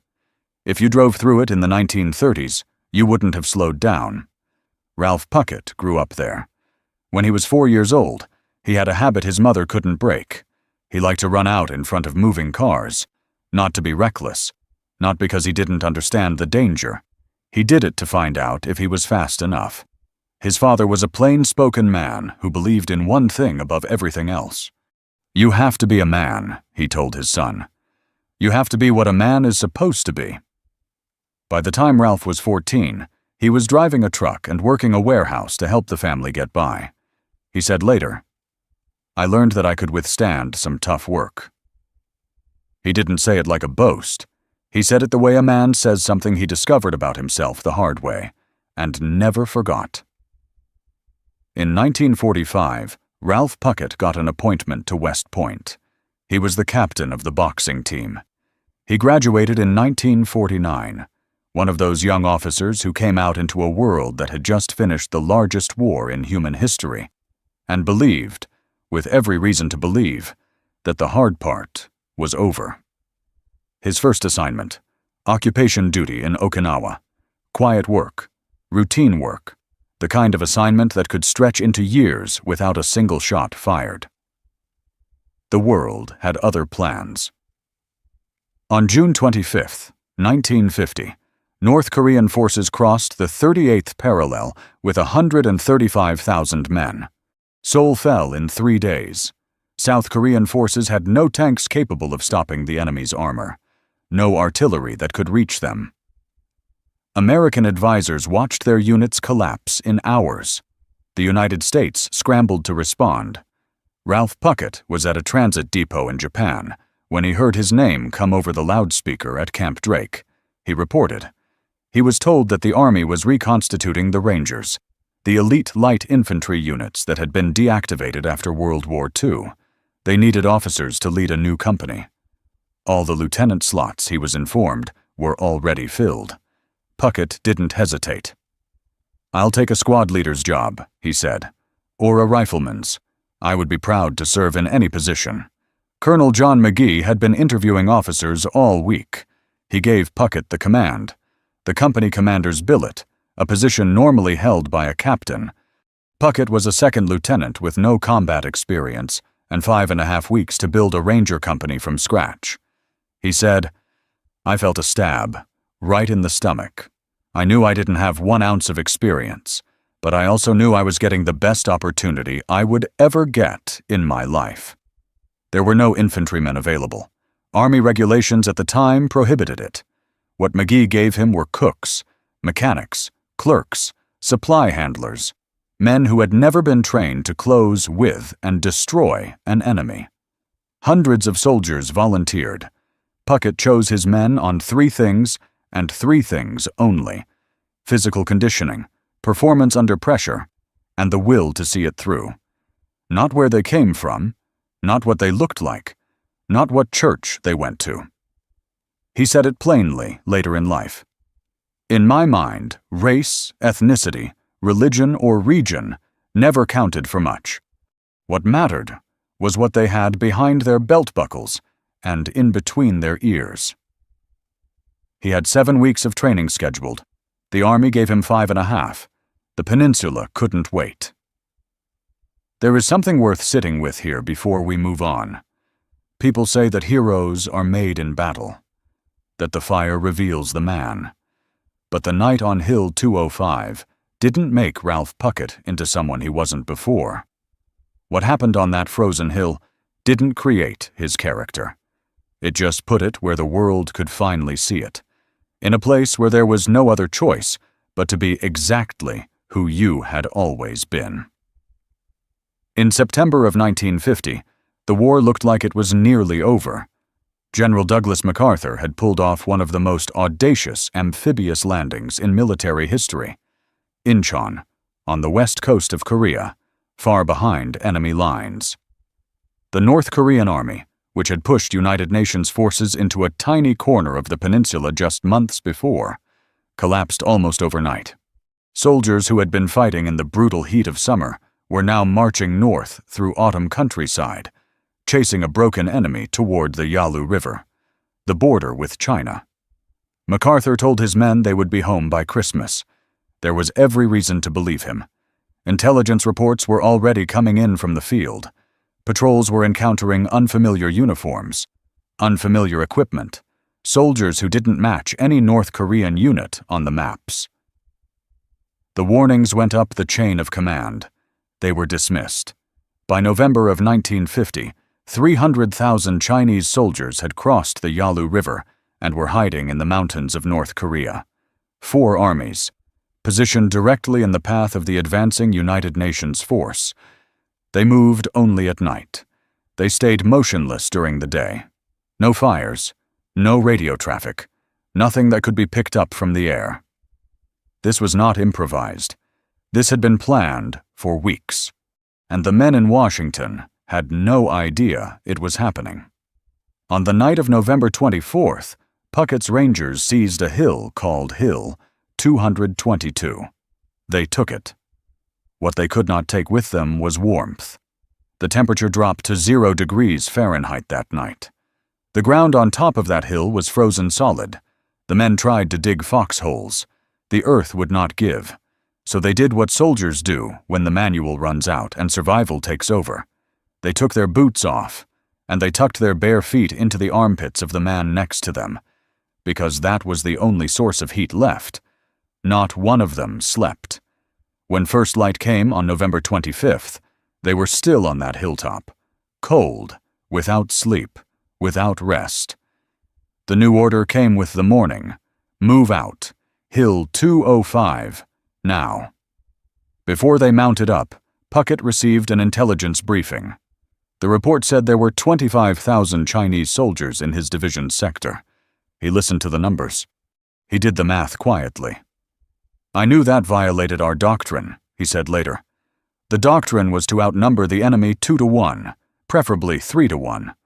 Well, they outnumbered us 3-2. I knew something was wrong." He didn't argue about it. He went back to his men. 51 Rangers, 6 Korean soldiers attached to the company, 57 men total. Their objective, a hill designated Hill 205, a piece of high ground overlooking the Chosin River, 60 miles from the Chinese border. The nearest friendly unit, more than a mile behind them. Puckett gathered his company before they moved out. "We were always alone," he told them. "Tonight would be no different." He meant it as steadiness. He had no way of knowing just how true it was about to become. The Rangers rode north on the hulls of Sherman tanks from the 89th Tank Battalion. 51 men perched on cold steel, crossing 800 yards of frozen rice paddies that stretched flat and open to the horizon. No cover, no concealment, nowhere to go if the shooting started. Half a mile out from the hill, the Chinese mortars found them. The men jumped off the tanks and moved forward on foot across the open ground. Then something went wrong that nobody had planned for. The Sherman tanks, somewhere in the noise and confusion of the advance, opened fire. On the Rangers, friendly fire. Men were killed and wounded before anyone could stop it. Puckett had no working radio at that moment. He did the only thing left to do. He ran to the nearest tank, climbed up the hull, stood on top of the turret, in full view, in the middle of the fight, and beat on the hatch with the butt of his rifle until the crew inside heard him and stopped firing. They reached the base of the hill. One platoon started up the slope and was immediately pinned down. A machine gun, hidden somewhere in the rocky ground above, had found them. The men couldn't advance. They couldn't fall back. The problem was straightforward, and it had no clean answer. You cannot shoot a target you cannot locate. Puckett stood at the base of the hill and looked at the open ground between his men and the machine gun. Then he ran. He crossed the open area. The machine gun opened up, tracking him. His Rangers watched where the fire was coming from, not precise enough yet. He turned around and ran back. The gun fired again. Clearer now. He ran a third time. On the third pass, his men had what they needed. They destroyed the position.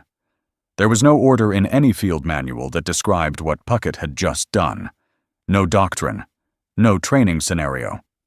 Just a man who understood that the only way to solve the problem was to make himself the problem, to become the thing the enemy was shooting at, so that his men could find where the shooting was coming from. By mid-afternoon, Hill 205 was theirs. 6 Rangers had been wounded in the assault. 1 Korean soldier had been killed. At the top of the hill, they found something that should have felt like a relief. Abandoned fighting positions, empty. The Chinese had pulled back before the Rangers arrived. Puckett didn't relax. A position that's been abandoned isn't safe. It's waiting. He ordered his men to dig in 360 degrees and put every defensive position in place before dark. At some point in the afternoon, he realized his radio had failed. He walked back down the hill alone, crossed the frozen rice paddies a second time, found battalion headquarters, got a new radio, coordinated the artillery support, walked back up. He reached the top of Hill 205 again at 10 o'clock that night. He stood at the crest and looked out at the darkness surrounding them on every side.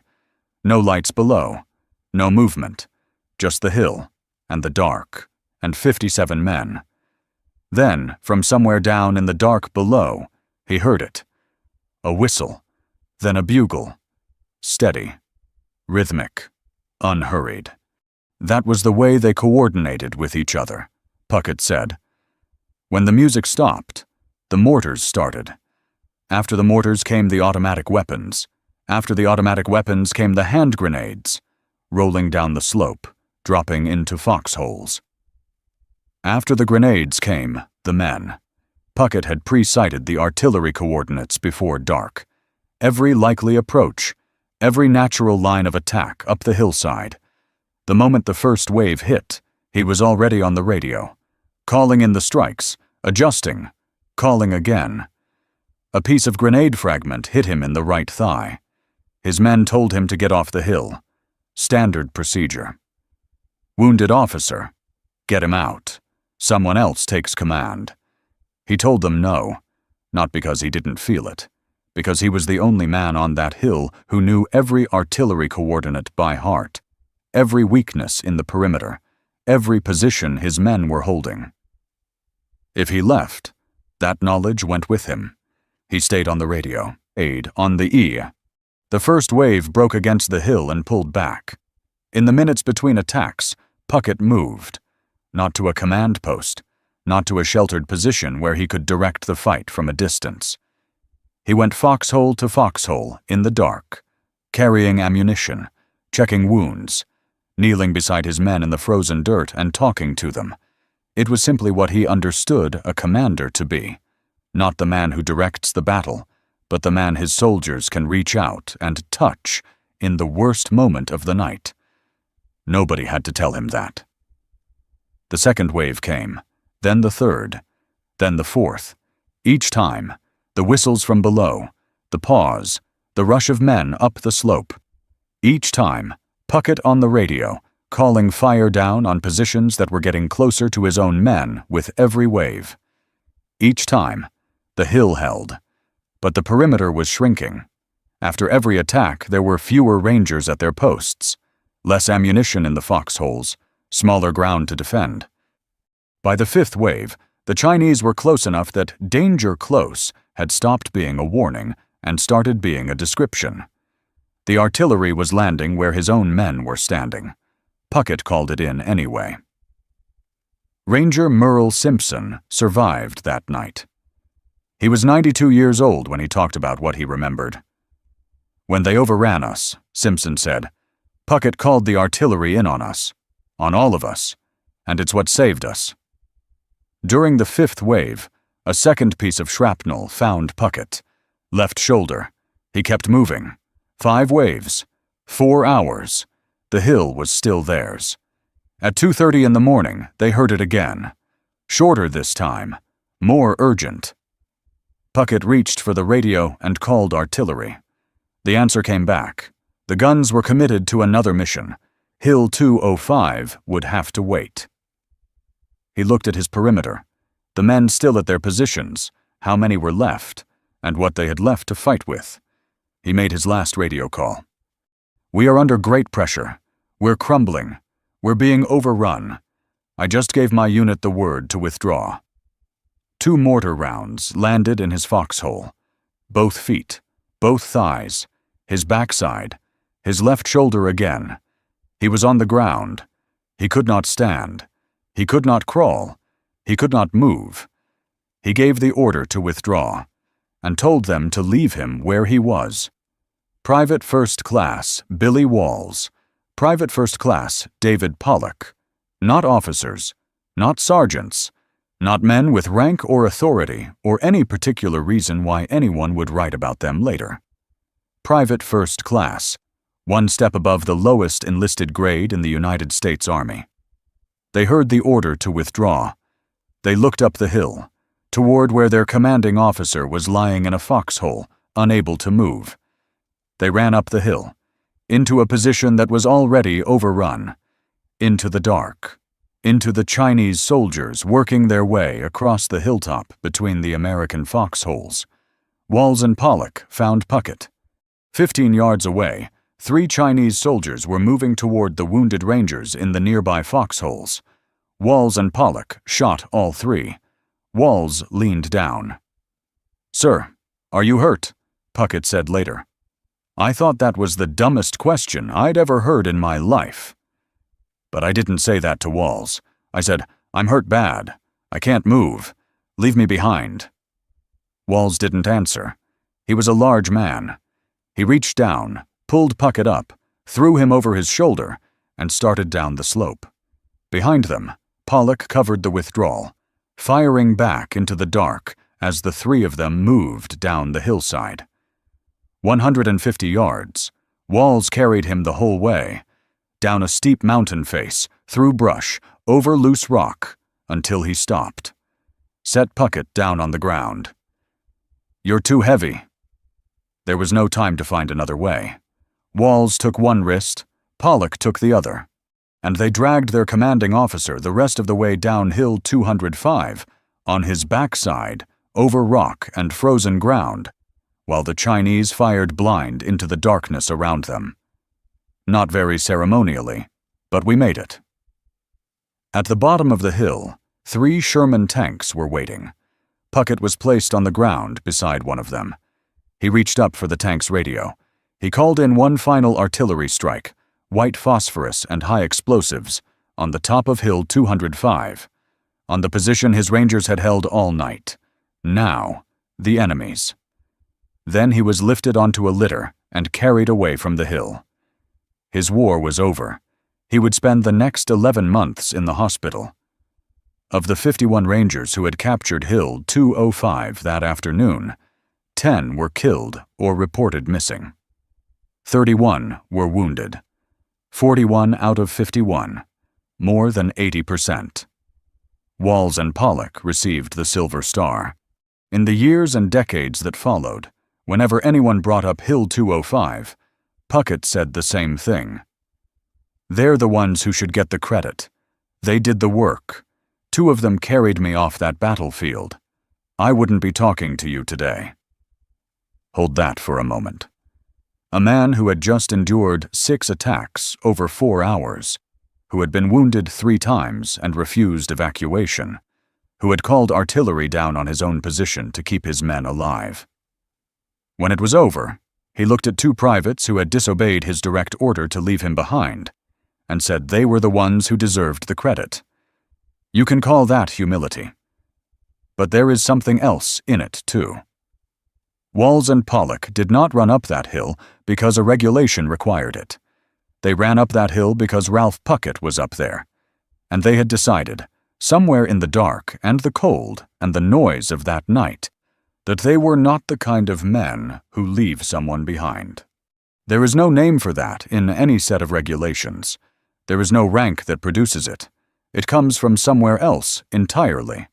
In the early 1990s, a retired Army Ranger officer named John Locke was teaching at West Point.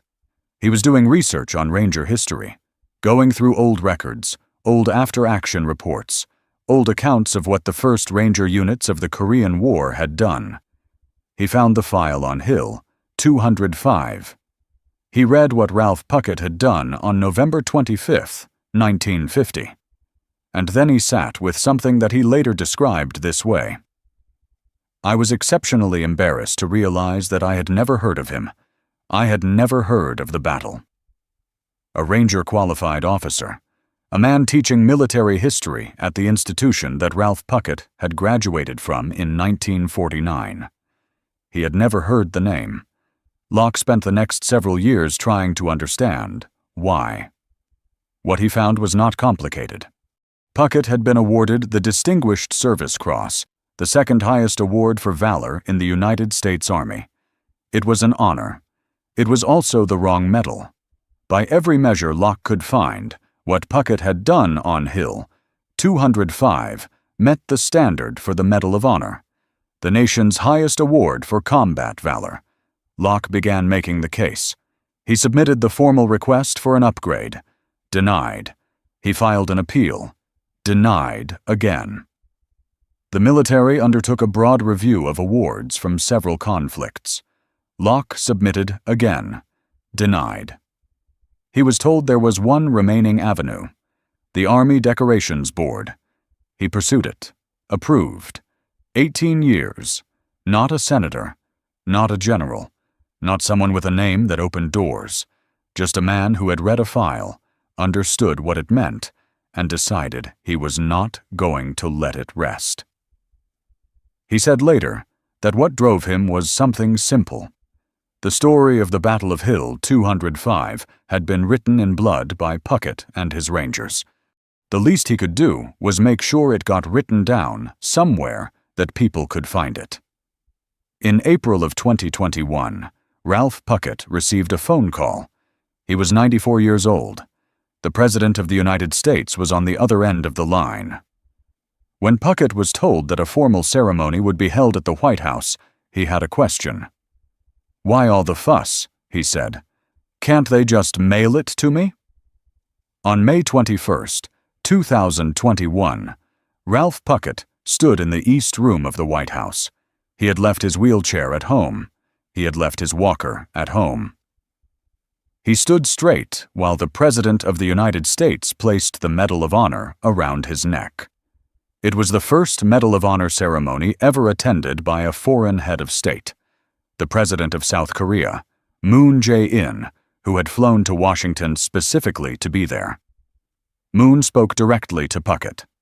"Without the sacrifice of veterans like you," he said, "the freedom and democracy we enjoy today couldn't have blossomed in Korea."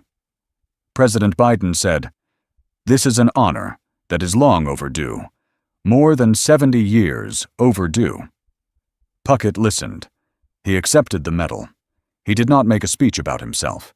He lived 3 more years. On April 8, 2024, Ralph Puckett died at his home in Columbus, Georgia. He was 97 years old. He was the last living Medal of Honor recipient from the Korean War.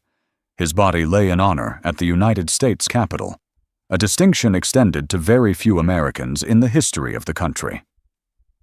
In November of 2025, a 7-foot bronze statue was unveiled at Fort Moore, the post formerly known as Fort Benning, near the town where Puckett had spent much of his later life.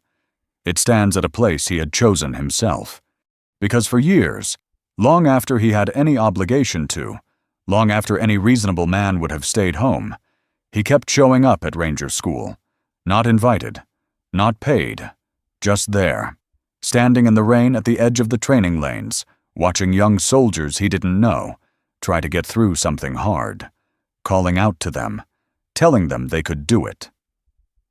146 Americans received the Medal of Honor during the Korean War. 146. If you can name 3 of them, you're doing better than most. The Korean War is called the Forgotten War, not because the men who fought it forgot. They didn't forget. They carried it every day. It's called the Forgotten War because the rest of us let it slip away.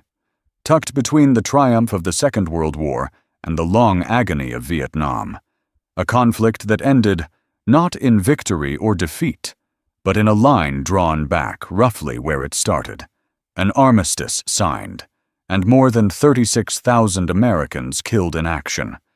Thousands more never accounted for. Walls and Pollock ran up that hill because they couldn't do otherwise. John Locke spent 18 years on a piece of paperwork for the same reason. No authority behind him, no reward waiting, just a man who understood that something had been gotten wrong and refused to walk away from it. There is a question underneath all of this that doesn't get asked out loud very often. It's the only question, really, that tells you anything true about a person. When there is no reason left, when no one is watching, when nothing is required of you, when you could walk away and no one would say a word, what do you do? In the last years of his life, he had the same thing to say to every young ranger who crossed his path. Not about Hill 205, not about the Medal of Honor. Be proud of yourselves, he told them, and never be satisfied. You can always do better. The man who had lain in a foxhole, watching his wounded rangers being bayoneted 15 yards away, the last thing he wanted to talk about was himself. Ralph Puckett never asked for any of it. When the president called to tell him he was getting the Medal of Honor, his first question was whether they could just mail it. But there is one thing that cannot be mailed, cannot be issued, cannot be awarded at a ceremony or upgraded after 70 years. That is the stories, the ones that only your family knows. If your father was there, if your grandfather was there. If an uncle came home from Korea and never talked about it much, except maybe once, at the dinner table when something came up and he said a few words and then went quiet again, those words matter. That story matters. The official history has Ralph Puckett now. It took 70 years, but it got there. What it will never have are the 10,000 other stories that only exist in the memory of the people who were told them. Drop it in the comments below. Your father's name, where he served, what he said that one time that you never forgot. Those stories deserve to survive. And if you don't tell them, they go with your generation. Don't let that happen.